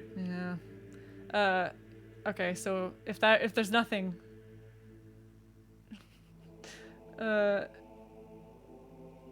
I'm just gonna take control of Quinn for a second, because Durabelle would probably not really think about it, but Quinn's gonna kind of be like, seeing if they've got any, like if he can spot anything in the nests. Sure. Yeah. Okay. So he rummages through the nesting material, and he does find a vial.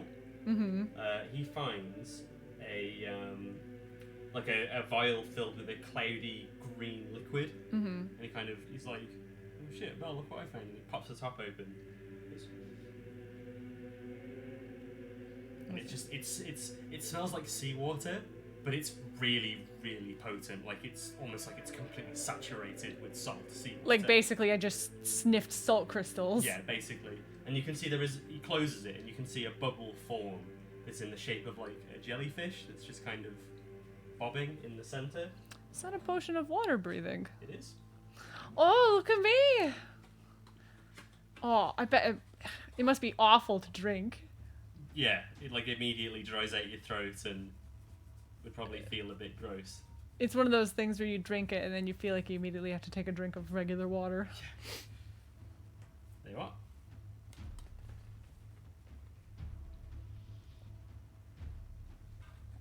It's cute. Yeah. Okay, so that's that. Now what? We're gonna go back in. Sure. I'm gonna decide to take care of this altar later. As in more thoroughly take care of it later. Yeah. And we're gonna go back into the lighthouse proper. So you're gonna make your way into like the main room. To where we were. Go through those double doors. We're gonna quietly make our way to the double doors, but before we go through them, I want to listen. Okay. Make a perception check. Can I tell Quinn to listen as well, and he can do his own roll, maybe? Yeah. Okay.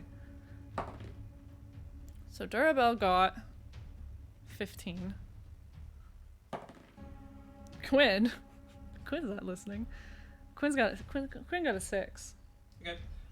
You both listen through the door, and you can't make out any sounds on the other side. Okay, so we're gonna quietly, slowly open the door. We only need to open one because we can both slip through because we're small. Yeah, so you just open the door a crack and then slip through. Yeah. Okay. You find yourself in the interior of the lighthouse, and there's a spiral staircase that goes up to about 20 feet to the next floor. Mm-hmm. It's got ornate stone railing along the outside. It kind of circles around the entire outside of the tower. In the northeast side of this circular chamber, there is another door that leads to a second room in this building, or a third room in this building.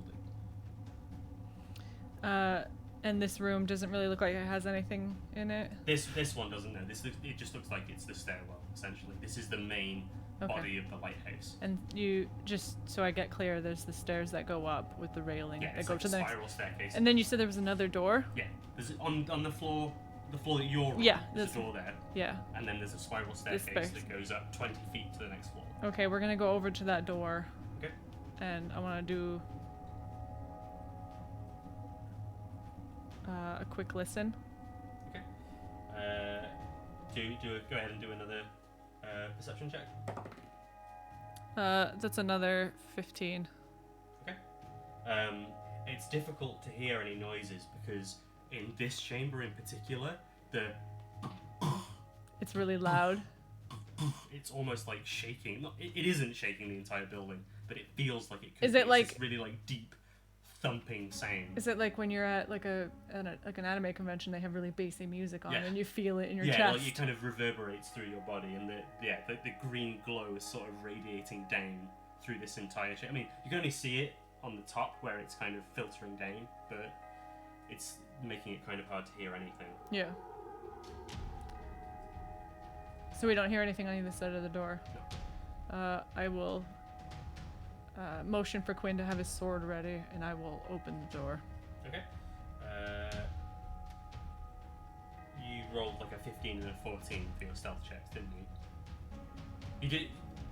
I think Quinn was lowest at 14, wasn't it? It was something like that, yeah. It was above 12 at least, yeah. Okay. So you open the door, and it's a small room with 2 windows facing the north, kind of like looking out into the ocean. And in a chair on the western side, staring out of one of these windows, you see the back of what looks like a half-orc. They're sitting there with they've got like long hair that's kind of slightly greying, and it looks like they're wearing a suit of armor, but it's made of a natural material. It doesn't look like metal. It's almost like some sort of stretchy, rubbery material that they're wearing over the majority of their body, and they're just sat in a chair, staring out the windows. Staring at the window. They appear to have something in their lap, but at the angle that you're at, you can't quite tell. Are the windows facing a direction where we could have been seen? No, they're facing out into the ocean. Into the ocean, okay. I give Quinn a look as if...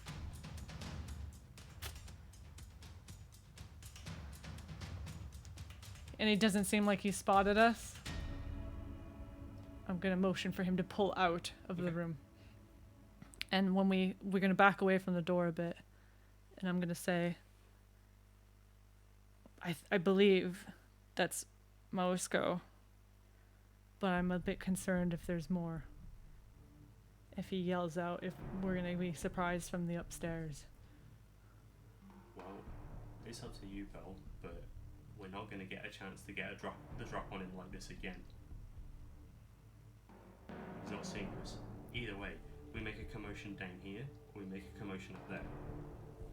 Either way, it's going to happen. You're right. Okay, let's get ready to rumble. Okay, is there anything you want to do prepare. You've fought one of these guys before, right? What, a half orc or a half orc spellcaster? You fought one at Falcons. I forgot what his name was. Granok, yeah. I assume if he's a follower of this fucking storm god, then he's gonna have similar abilities. Call me stupid. I'm just looking at my stuff at the moment.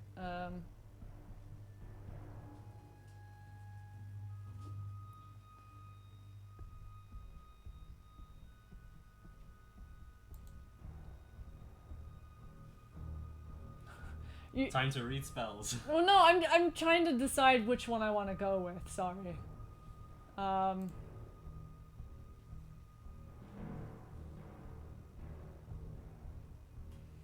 Just because I know that. Oh wait, no, I don't have to drop aid because aid isn't concentration. Yes, amazing. Don't forget you also have 3rd level spells. Yeah. That's just the. Yeah, I know, right? It's funny when it lists all of them like that. I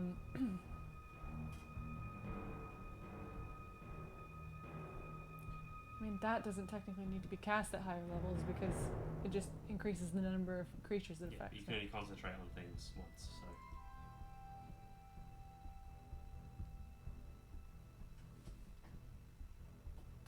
so. So at this level, it would be, so I could get both of us with that level. So I'm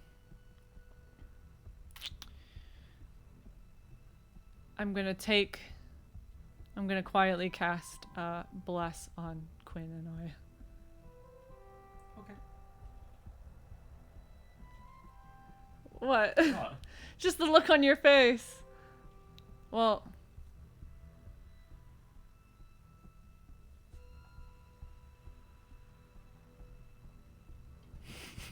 All right.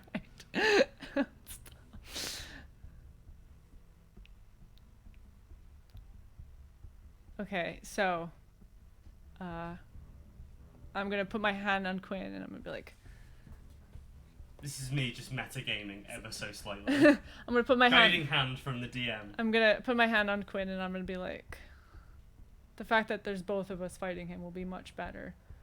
Are you gonna be okay taking the front? Who do you think you're talking to? Okay, I'm gonna cast Protection from Energy on Quinn. Okay, good.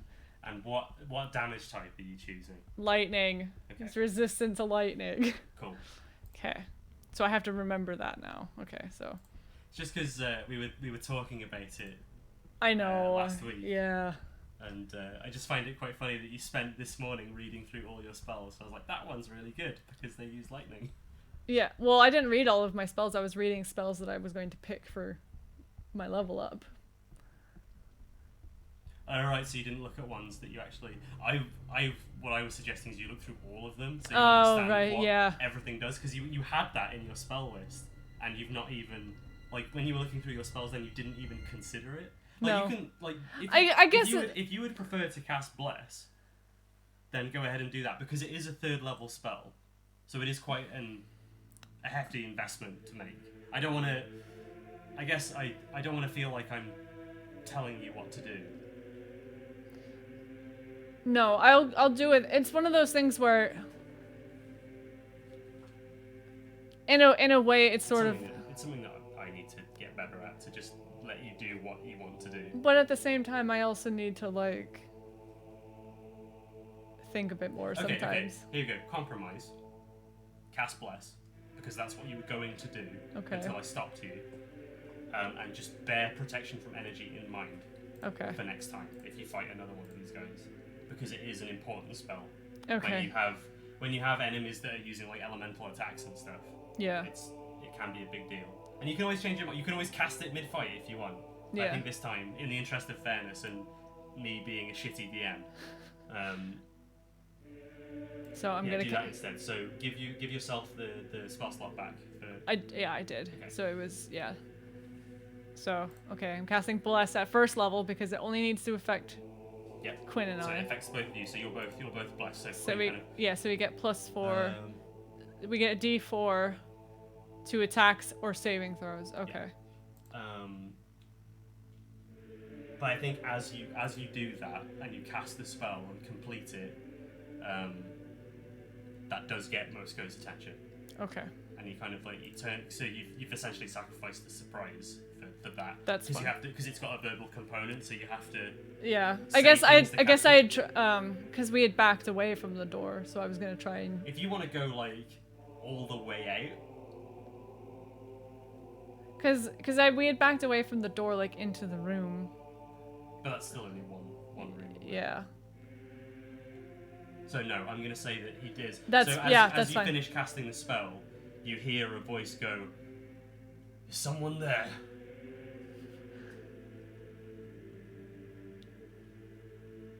And then they start. You hear like wet footsteps making their way towards the door. If someone is there, I warn you. I am Moisco of the Tower of Storms. This is a sacred place, and I beseech you leave. We don't say anything. Okay.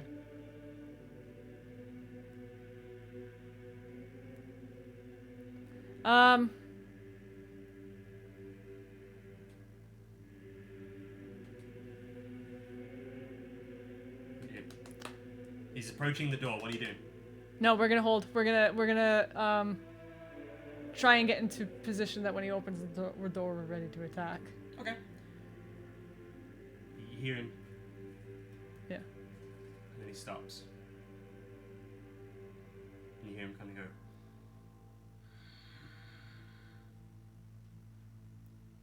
I need you and Quinn to make dex saves. Okay. As his paranoia forces him to pull up and cast Thunder Wave into the room. Oh shit. Oh! What'd you say it was? Dex? Dex save. Oh, I can add a +4. It's not gonna help. No. So Durabelle got 6. Quinn.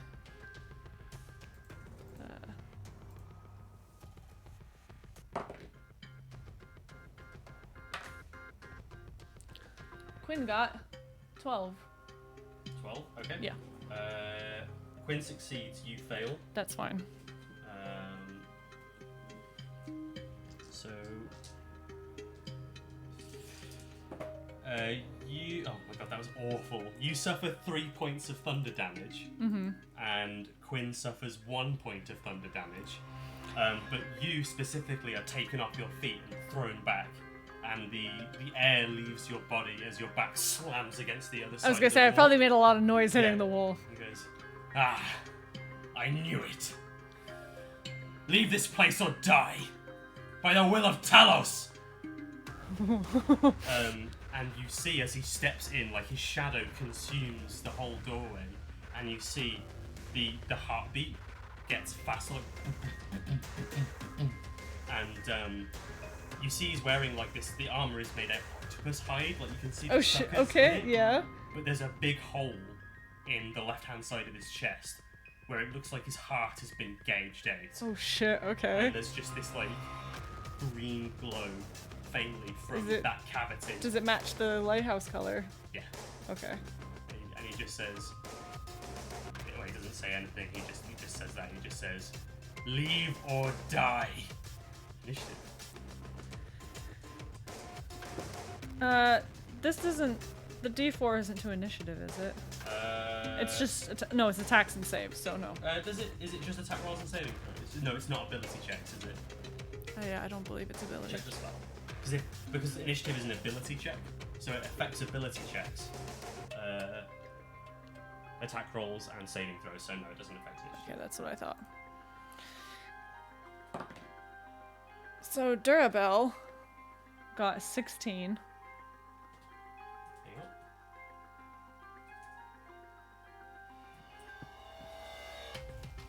on. Oh. I'm done.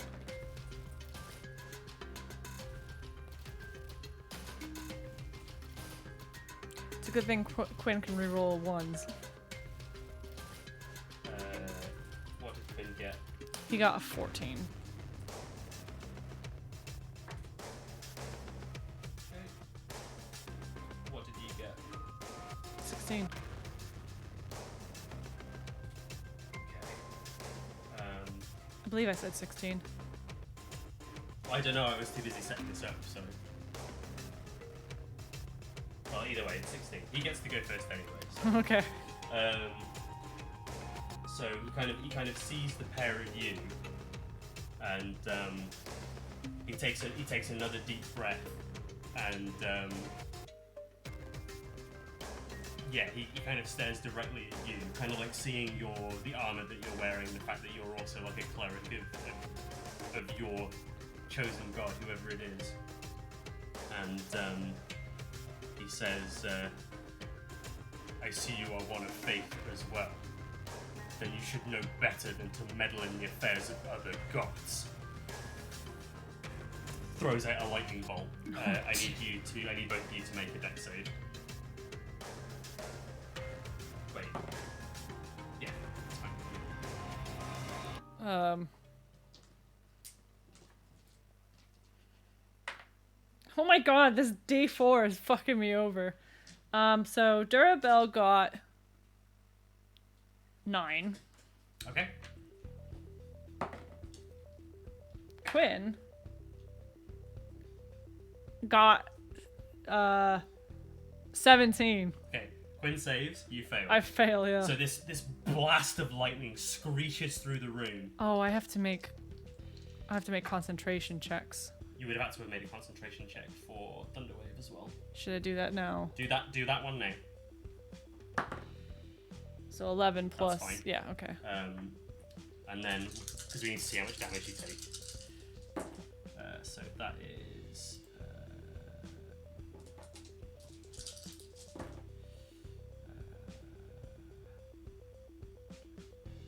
Okay, so you take 23 lightning damage. Oof! And Quinn takes 11 lightning damage. And then you need to make another. You need to make a concentration check. You took 23?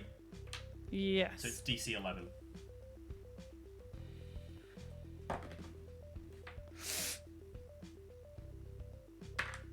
Well, that's 10 plus 3. 13? Yeah. So yeah, you just... The bless saves itself. Yeah, in this instance. hell yeah. That's why bless is good. But... Okay, so yeah, just...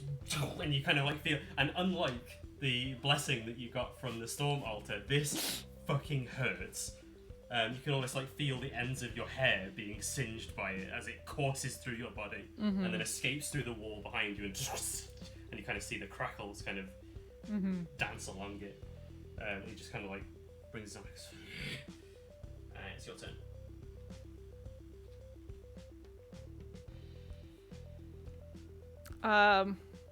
Durabelle is gonna pull herself up to her feet, cough a little bit, and she's gonna look at him and go, "I don't deal with gods that deal with stealing from other people." And she's like, "But..." And there's like a moment as you say that, a moment of like he raises his eyebrow, like, "What are you talking about?" This lighthouse was never a lighthouse of Talos, was it? Whatever it was before, it is now. I have lived in this complex for many, many years. Yeah, but I'm sure Muriel wasn't too fond of the usurping.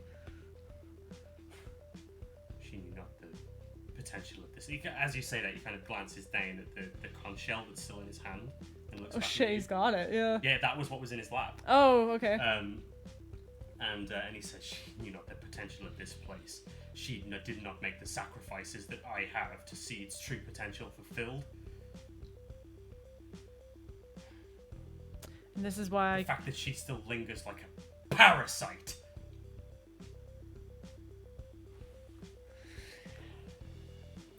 Durabelle's gonna look at her hand and kind of go like this a little bit. I mean, she's not gonna it's gonna be one of those things where she doesn't know exactly what she's doing, but I am gonna use. There's that kind of moment of whimsy inside that's just like, fuck this guy. Yeah. So she goes like this, like does the same motion as him and throws a. Maybe there's, so the lightning kind of like crackles across her eyes. That grin comes back. It's like the guts grin from Berserk. Oh God, yeah. Just there's that twinge of malice. That Yeah. Kind of, and like, oh, the irony. Yeah. As you raise your arm up and the energy starts to. She's build kind of up, like, you know. we'll see how it feels Yeah. for you. And then there's like a moment as it's kind of like charging in your arm, and he sees what you're doing. And he goes, "You dare to lecture me about thievery? And you steal a blessing from my lord?" And you're just like, "Shut up." Boom! He needs to make a dex save. What's your spell save DC? 15. Okay. Natural 1. Amazing. Roll 8d6. He's 8d6. Yep. Would you like to use mine? Well, yeah, and then I'll take some from my bag as well. So that's 5, 6, 7, 8. So you just have to remember that you have 2 charges Left. of Thingo left. Yeah. Oh, man. Feels good, doesn't it? It does. But the mic is in the way. Just gonna tilt it up a little bit. Ooh, that's a lot of ones. Okay, so 6, 7, 8, 9, 10, 11, 12, 13, 14, 15, 16, 17, 18, 19 damage. 19 damage. Okay. We'll say that the kind of like rubbery kind of carapace armor that he's got on Yeah. kind of like absorbs some of it, or like, you know, bounces some of it off, but you hear him kind of go "Ugh," and step back as you return the blast of lightning to him. How do you like them apples? It's like he looks absolutely like you've spat on his mother's grave, sort of thing. I mean, I basically did. I got a blessing from his god and then threw it in his Yeah, face. man. Oh, so good. And there's just like, there's a moment where he just kind of like wipes the blood away from his mouth that he kind of coughed up. And he says, "Talos would be pleased with you." It's Quinn's turn. Quinn probably takes a moment and goes, "When the fuck could you do that?" You did! He did! Then you did! What? And how far away is Quinn from this dude? He can hit him with his sword if he wants to. He's going to hit him with his sword. Okay. So he's making 2 attacks at the Dragon Slayer. Okay. Don't forget plus. Yeah. So this is to hit, so Yeah. I'll roll them separately. So 7. It's 10 plus. Was it 8? No, 10 plus. No, Yeah, 10 plus 19. 9, so 19. 19 hits. Okay, so the second attack. 17. Yeah, 17 to hit. Okay, both hit. Okay, so that's So 2d8 plus 8 damage. 3, 5, so 8 plus 8. So 16 damage. Yeah. Okay. So yeah, he just kind of like runs in and goes, kind of takes a couple of cuts with the Dragon Slayer longsword, and he kind of and steps back. Oh boy, when did that happen? It's from that lightning bolt, man. Yeah. He kind of he takes another deep breath, and he can't step away from Quinn now because he's like locked in. He's just like, your stolen blessings mean nothing compared to the real thing.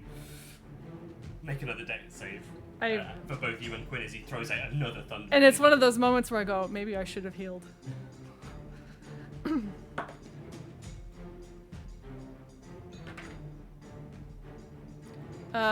So Dex, so 9, 10, 11, 12, 13, so Durabel got 13. Okay, yeah, you saved. And then Quinn. Oof. Quinn got 5. 5, okay. He did not do that well that time. So you take 4 points of lightning damage. Thunder damage. No, you don't. You take 2 points of lightning damage. And Quinn takes 4 points of lightning damage.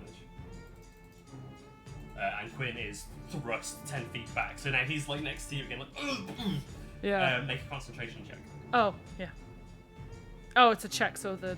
Concentration no, just- saving yeah. throw. So yeah, Natural 20. Okay, that's fine. Yeah, maintain concentration on bless. As he's just like... And that's his turn. I think actually he's going to move back into the room. Okay. So he kind of breaks line of sight with the pair of you. Yeah. It's now your turn.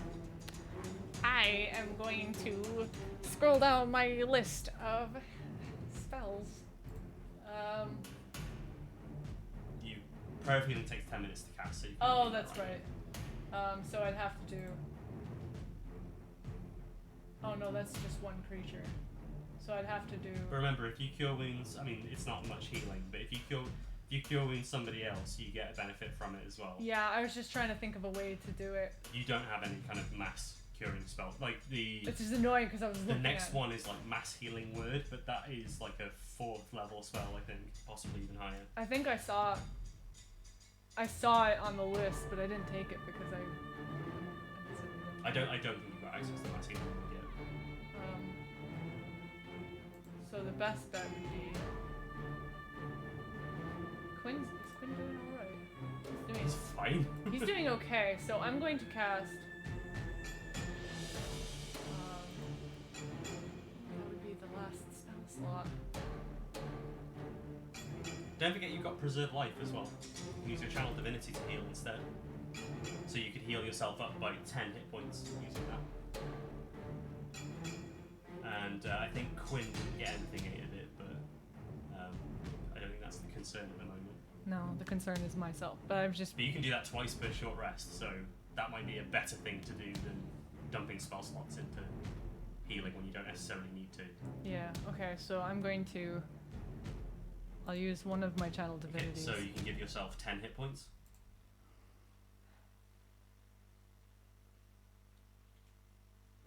Up to half a creature's HP max.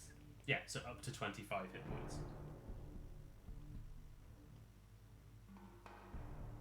Oh, unless I'm reading that wrong.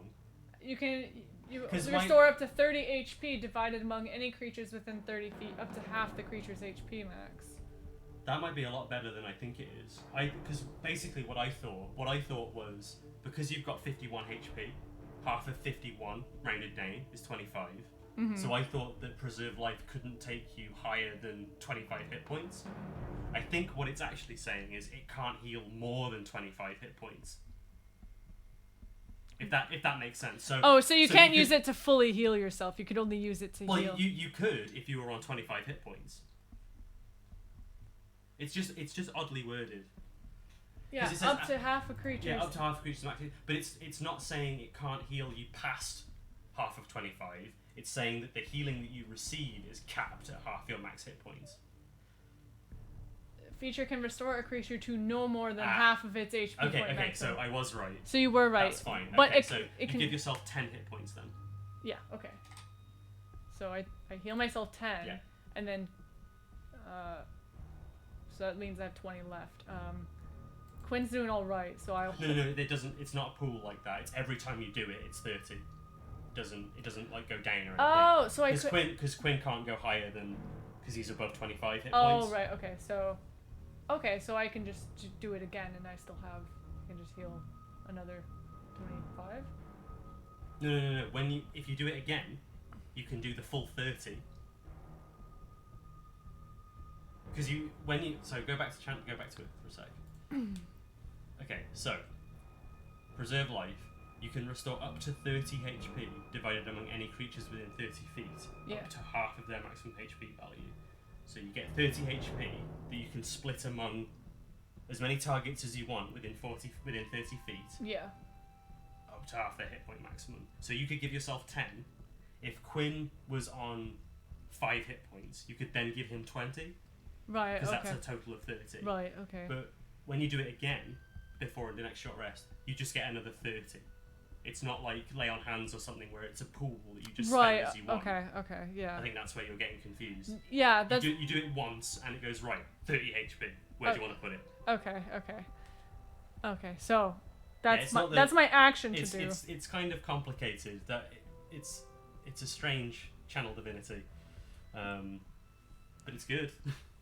I don't know how far he went into the room, do I? No. Do I know how big the room is, though? You peered inside, so you would have an idea. Yeah, it's like 20 foot by 20 foot, but the tower itself kind of juts into that a little bit, so it's not a large room by any stretch of the imagination. No, that's fine. I was just thinking about doing something, but I'm not. I'm gonna leave it. Okay. Yeah, and that's my go.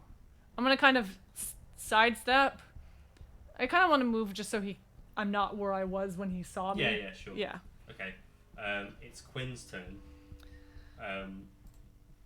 I don't know if you're thinking what I'm thinking, but I imagine Quinn will go after him. Yeah, Quinn's gonna run over. Okay. With his full movement, like you'll get in and you'll notice that that Moscow is kind of just like hiding around the side of the door, like waiting for you to come in to try and get the drop. But Quinn just jumps in, spots him, and is like, raw. Kind of, yeah. And make 2 attacks. Quinn probably thinks that he's gonna do that. Yeah. Okay, so it's and you. What did you roll? No, it is attacks, isn't it? Yeah. Okay. You're doing it for attacks before. Calm down. Just chill out. Sorry, I was Take just it trying. easy because you're panicking and everything is leaving your brain. It is. That's what happens. It's alright. That's what I do when I DM all the time. And this is why we're married. Okay, so well, I mean, it's 13. 22. Yeah, 13 plus 9. So Yeah. Yeah, that hits. Do it again. 19. 9. Oh, 10. 1. Yeah, 19. Yeah, they both hit. Yeah. Okay, so 2d8 plus 8. 1, 2, so 3 So plus 12. 11. 3 plus 8. 11. Yeah. So he slices him twice, like takes another two big gashes out of him. He's bleeding quite profusely now and kind of hunched over. He's like, it's now his turn again. I am doing a heckin' concern for Quinn. Can I see him? You can't see. You can Can I see see Quinn? That's you can see that's. Quinn, but you can't see the. No, that's. I wanted to make sure I could see him. Okay. Yeah. He's just gonna reach up and she'll say, "You will not take this place from me."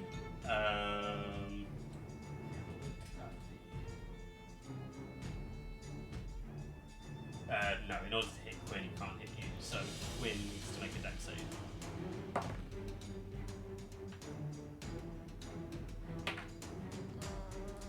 12 plus 1, so 13. 13 is enough, so he saves. Cool. He takes 4 thunder damage and isn't pushed as Oh, he isn't pushed. no, Oh, as Moscow pushes out like another thunder wave, but you can see he's like summoning up all of his reserves to be able to do it. He's like, Talos, protect me! Bah! And Quinn's just like, nah, mate. He kind of has to resist it slightly, but he's just like Quinn's like, I'm too low to the ground, mate. fucking tall folk. Yeah. It's your turn, Belle. I would like to get. I want to move so that I can see him, and I'm just going to give. Do I have enough movement that I could move and see him and then move away, or would it take all of my movement to get in sight of him? So let's have a look at because you were just by the door, weren't you? You just kind of. Oh no, are you still at the wall? I didn't move from the wall because I was pushed back. So kind of. I think your full movement is going to get you just behind Quinn, so you'd be able to see him, but you can't move back. That's fine. I'm just gonna give him a cheeky sacred flame. Okay, so you're behind.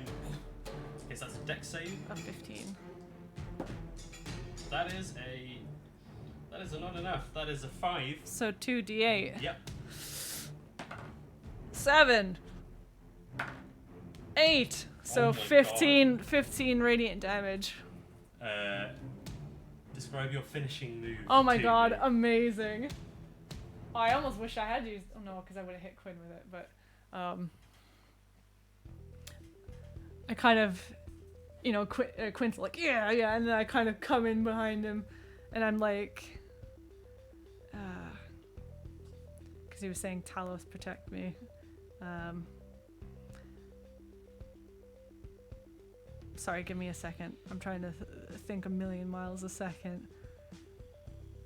You're okay. No, I know. It's just this is what happens in every game when I get the cool moment to think about what's going on. Like, you might not have killed him with, because remember, like, this is just flavor. Yeah. So if you want to kill him with lightning, fucking do it. Like, the way that I think about it is, you've hit him with a sacred flame, and it's like a Mortal Kombat moment where he's like Finished. dazed and he's like heavily injured and he's dying, and this is your moment to finish him off. Yeah. So I'm just trying to think of something cool to say. Okay. That's the problem I have every time we do these finishing blows. It's like I think of how to do it. Well, you know that Durabelle isn't the chatty type, so She isn't. maybe she doesn't need to say anything, or maybe what she says is very simple.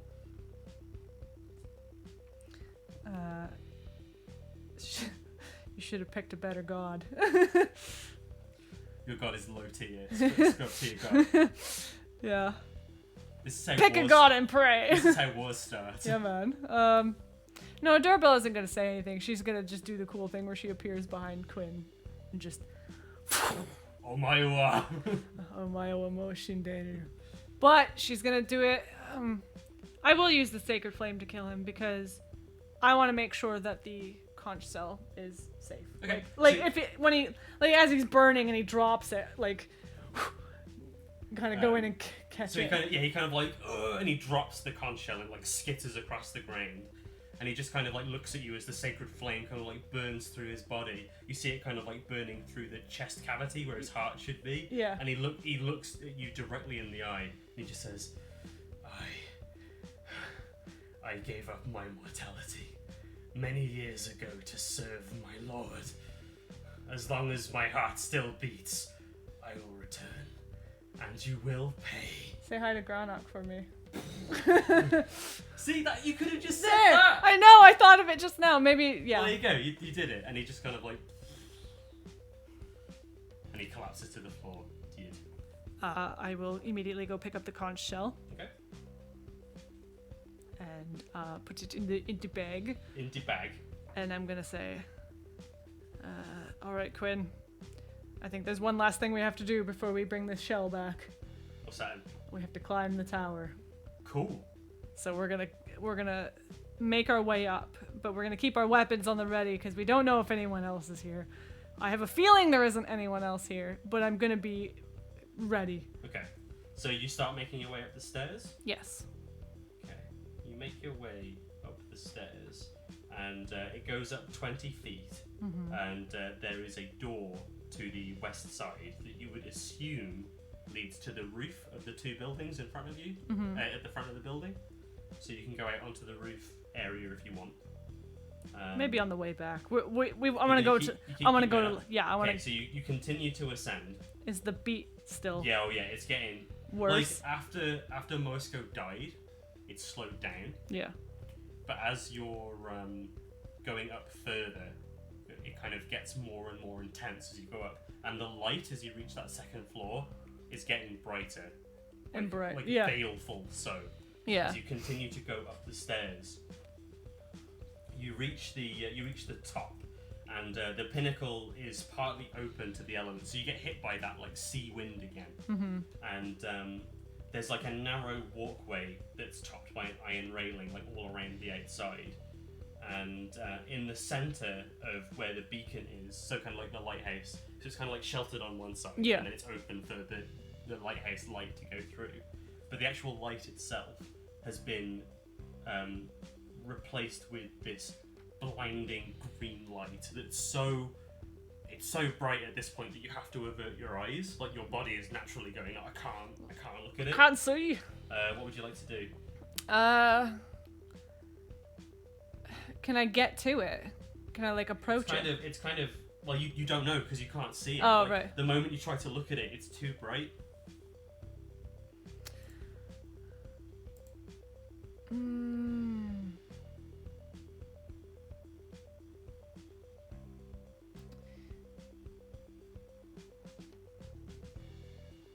Quinn is gonna pull off one of the fireball beads and throw it. It's coming from out there. Okay. He's just gonna chuck a fireball in there. Yeah. Okay.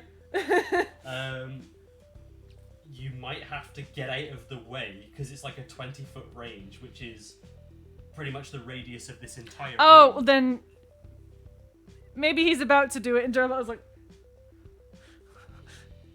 okay. And maybe he huffs and puts it away. Can I try and? Because they can't get close because it's so blinding, right? Yeah. The moment you try to look at it, your body is like naturally averting its gaze. Can I try and cast Guiding Bolt on it? You can try and kind of throw it out to the side. Yeah. It will be a disadvantage because you don't know where you're aiming. But yeah, you can give it a go. Well, So it's probably not been long. Bless is probably gone by this point. No, Bless lasts for a while. It lasts for a minute. Is it only a minute? It's right there. Up to a minute. Oh yeah, it's probably worn off by this point. So yeah, so just.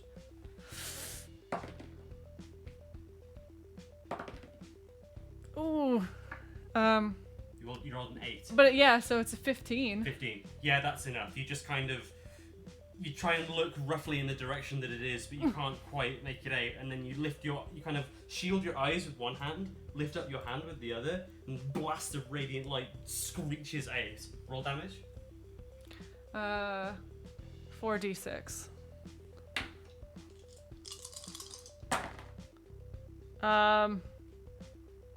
13 damage. 13 damage. 13 radiant damage. You hear the bolt connect with something like, and the light immediately goes out, and the pair of you both look up into the center of the beacon. There's kind of like that aura. Yeah. Because you've been like not staring at it, but it's been a really bright area. When you get for the a while. light haze, yeah. And you can see a massive heart, about 10 times the size of a normal human heart that's there, and it's got a big hole through the middle. Right. That's kind of like this glittering radiant light, and it's kind of got this eerie green glow around it, and it's just kind of like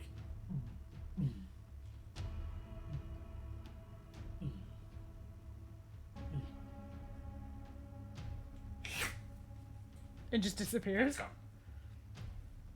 And then Oh jeez. and you're both covered in gore. Because of course you are. Of course. Yeah, basically you hit it and it imploded. Sweet. Take a moment. Durabel just kind of does the thing where she's a bit like, kind of like that. I'll tell you one thing, Durabel. That guy may have been an arsehole, but he sure had a lot of heart. Eh? Durabel. You Eh? know when Jessie compliments Cloud and she does that, and he does that little smile. Durabel's just like, Yeah. Okay. And we're gonna go down, and as we make our way down, kind of try and wipe ourselves as clean as possible. I do want to poke my head through that door and see if there was anything in that room that we passed. Okay. You open up the door and you see that it does lead out onto the rooftops of the rooms beneath you. Oh, okay. You don't see much. You can just you get a better vantage point of the sunken ships underneath. From this point, you can make out the masts of maybe 5 shipwrecks. Mm-hmm. And there's like a small railing around the top of the rooftops. Okay. And kind of towards the south, you see where the shrine was, kind of piercing through the ceiling, is the lightning rod that that reaches up 10 feet into the sky. Kind of as the storm is kind of building in the air. You see like a streak of lightning go, and you both have to like go, oh shit! But it strikes the lightning bolt and it filters it down into the room below. But you hear like like the crackling and then a muffled. Like the stone broke from the impact. Yeah. Cool. Probably because of the damage that you did to it before. It couldn't contain it anymore. Sweet. Okay, so we're gonna make our way out. I guess cheeky look around his office that he was hanging out in. The room was empty, pretty much. There wasn't a whole lot there. It was just a room that he just like used to look out at the storm. Into the storm. Okay. You kind of get the impression that maybe he didn't live here. He just tended. He just looked after it, but he's dead now, so it doesn't matter. Yeah. And you're content with the idea that, as he said, as long as my heart still beats, I will return. He's probably not coming back anytime soon. No, especially because we're covered in it. So you start leaving and making your way down the pathway back towards where is it Miral? Miral. Miral is. Durabelle's doing her best to like wipe off her hand so it's clean for when she grabs the conch shell. As you're making your way down, you spot like a pair of eyes, kind of like peering from the side. Are they crab eyes? No, what? No. This is before you reach the bottom. Oh, right. They look like human eyes, and then as soon as you kind of get close enough, and kind of as soon as they realise that you're leaving, they kind of spring up, and it's the harpy. And she doesn't say anything to you. She just like immediately swoops around and kind of goes to go back to her nest. Like now that you've left, she's just right. But she's like keeping a very wide berth from the pair of you, just like, and just like is making her way back. And we saw this. Yeah. Okay.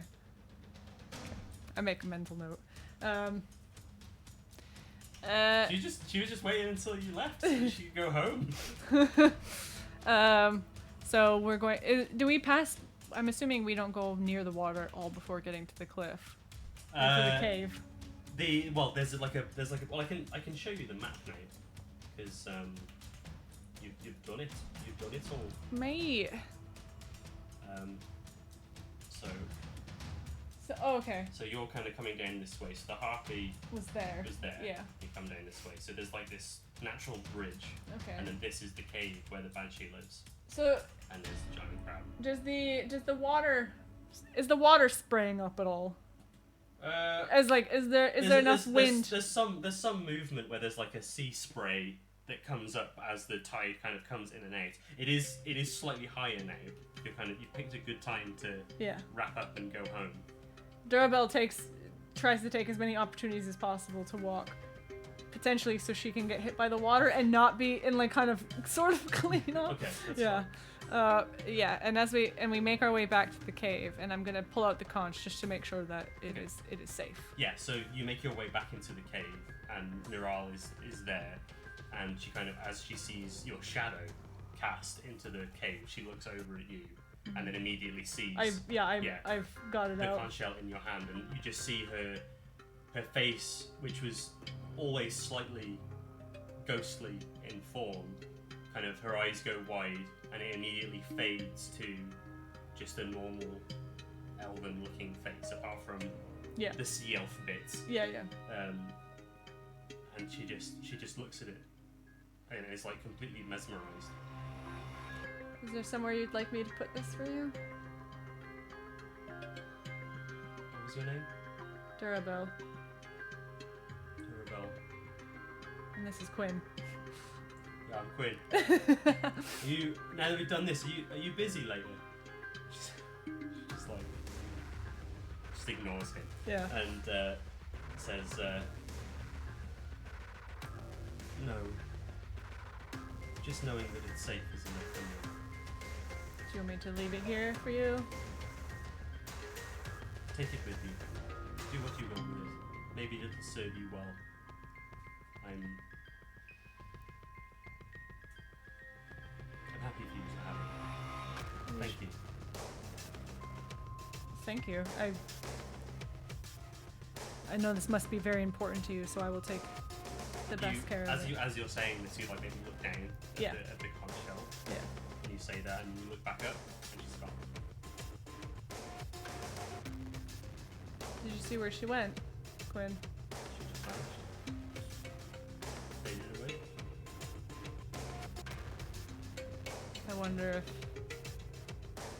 if her soul was set to rest, and she finally was able to let go and move on to her final rest Job well done, then I say. Doorbell offers a little prayer as she's holding the conch shell to Muriel, and will then make her way out to go meet Crab Matey.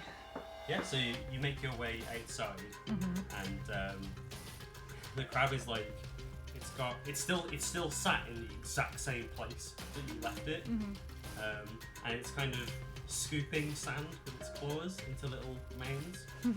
It's doing that thing where it kind of like scoops it up, lifts it, and then drops it. Like, Amazing. Just doing that, and then as it kind of sees you emerge, it quickly like, oh, you're back. Hi. Hello. We yeah, it's a little bit it's terrifying. Giant enemy crab. It makes me think of in 14 when you go do the cancer fate and there's the big crab and it's like, yeah. So we cleared out the lighthouse and we spoke with Meryl. You don't have to worry about her being angry anymore. What happened? She was angry because, and I'm probably still holding the conch shell at this point, so I show it to Krabby, and I say, she was worried about this. Oh, she did always like that. Yeah, and He's your favorite. so we took it back from the bad man for her. But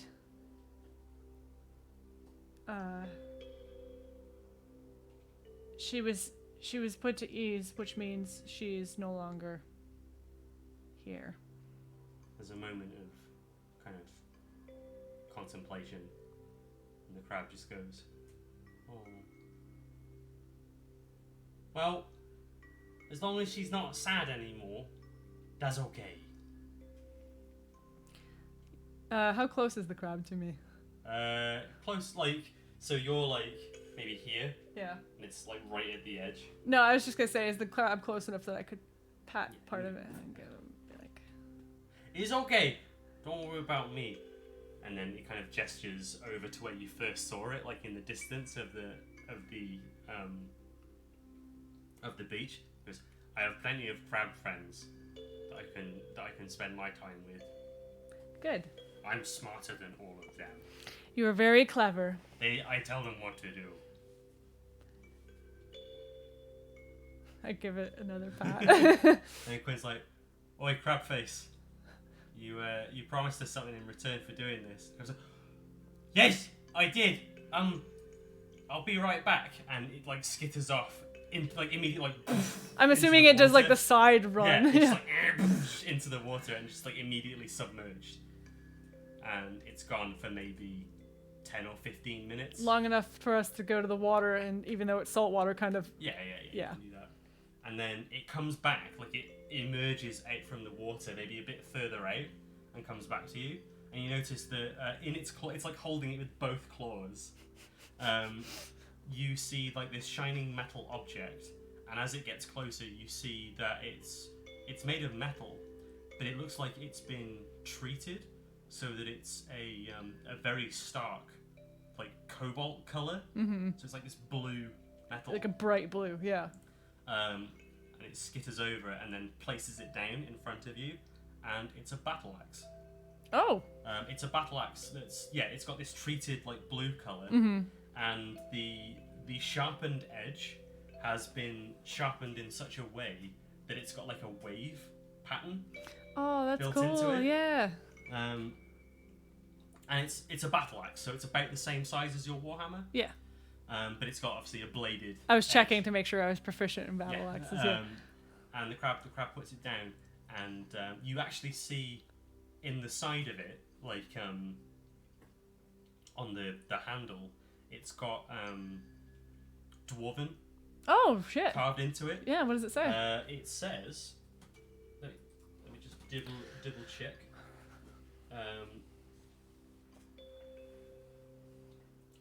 It says ripple. Ooh. I pick it up and I kind of test its weight a little bit, see how it Good. feels. Yeah. It feels good. And when you swing it, you know when you're underwater and you kind of like feel the water resistance all around you. Yeah. And you when you put your hand into like a blade and you cut. Yeah. And it reduces the resistance, so your hand like weirdly moves faster. Yeah. Like that. Yeah. That's how it feels when you cut through the air. It like just feels really light. It feels like nothing. Yeah. Yeah, it's odd. Like it moves unnaturally fast. Yeah. As you swing it around. Yeah, Durabelle takes a moment to swing it around a bit. Maybe, I don't know. She's just swinging it around, but to them it probably looks like she's showing off a little. She's... Is it good? Is it good? Is that fair? I'm sorry, I didn't get more. It's the only one I found. It's a beautiful axe. It'll definitely do us good. Thank you. Okay, thank you for helping my friend and being nice. The last person who came through here was there was the half-orc man, and he wasn't very nice. And then there were other half-orc people, and they weren't very nice. I stayed away from them. They was scary. And they kept making my friend angry. So thank you for being my friend, and thank you for being her friend, and thank you. You're very welcome. Ooh. Okay. The minor effect doesn't matter. Oh, yeah. I mean, I can already do that. Yeah.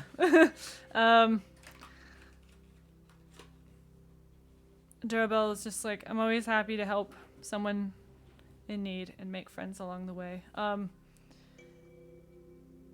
gonna go now. My mom is probably worried about where I am. I think we might send word to have somebody come and take over the lighthouse. So if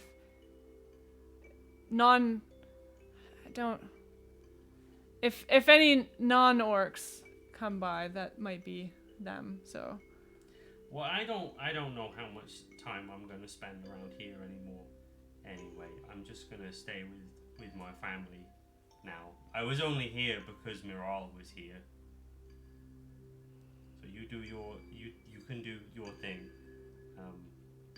and I just hope that there's no more crashy boats. There shouldn't be. Because they make a mess of the ocean. I don't. If we send someone to take over the lighthouse, there shouldn't be any more of that. Okay. And you said you don't have a name, right? Would you like one? I mean. In case you run into anybody else who can speak. It would help, maybe. How does Emil sound?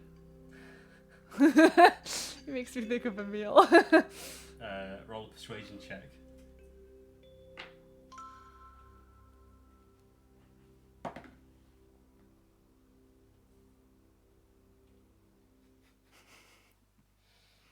I don't know.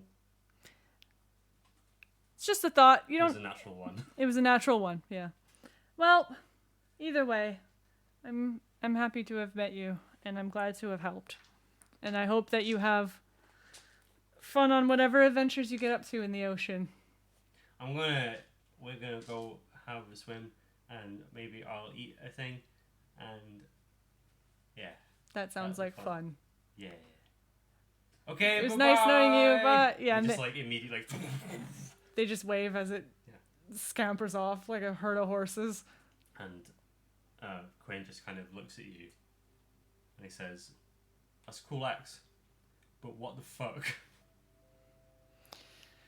You know, I don't know much about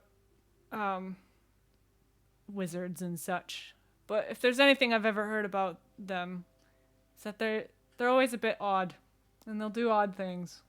So I suppose bestowing a random giant crab with life is probably just in their repertoire of things to do. Better than raising the dead, I suppose. Better than ripping your fucking heart out and using it as a crazy beacon to draw in ships and crash them so that you can bring offerings to your hell god. Yeah. So yeah, fair dues. Yeah. Right. Well, Let's mosey. yeah, let's get back up to Lily, and we'll probably have to camp out for the night and then make our way back. Lily is very pleased to see you. Yeah. Is she feeling better now that the lighthouse Yeah, is stopped? she's way more animated. Like there's like a moment of trepidation because of how steep the stairs are, but she's trying to get down the stairs so she can come and say hello. Aww. She's like, oh. It's a bit steep there. Yeah. So yeah, we run up and give her pats and stuff. And cool. Yeah. You saddle up and you make your way off back to Fandolin. It'll take you a couple of days. Yeah. But I think we can leave the session there. Yeah. It was surprising. I didn't actually expect that adventure to take up a full session. Yeah, I'm sad I rolled a nat 1. It's all right. You can call him Emil in your heart. In my heart, his name is Emil. I'll tell you, whatever it was, he was adorable. I was just like, there's a giant crab here that's sentient. I have to give it a cutesy voice. Was it partly inspired by Kari's character last night? No, I came up with this idea a few weeks ago. Ah, okay. But it did solidify the desire to do that. So yeah, thank you all so much for joining us. Hope you enjoyed this session. This was session 11, I think. Yeah, I believe so. It was nice to kind of have a more chilled out, simple one. Yeah. And because I think the only thing really left to do before we reach the climax of this campaign is to go and... There's fighting the orcs and then fighting the fucking dragon. It's going to get a bit intense from here on out, yeah, I think. Yeah. So no, it was good. Yeah, thank you all for joining us. We hope you'll join us next week. Yeah. We hope you've had a great Easter weekend. And if you're watching us on Twitch, stick around for a couple of minutes and we'll be back to have a bit of a post-show chat. Hang on, while Emily just updates. Sorry. Right. We'll see you guys shortly. Where's the Be Right Back screen gone? It's right there. Bye, everyone. Bye.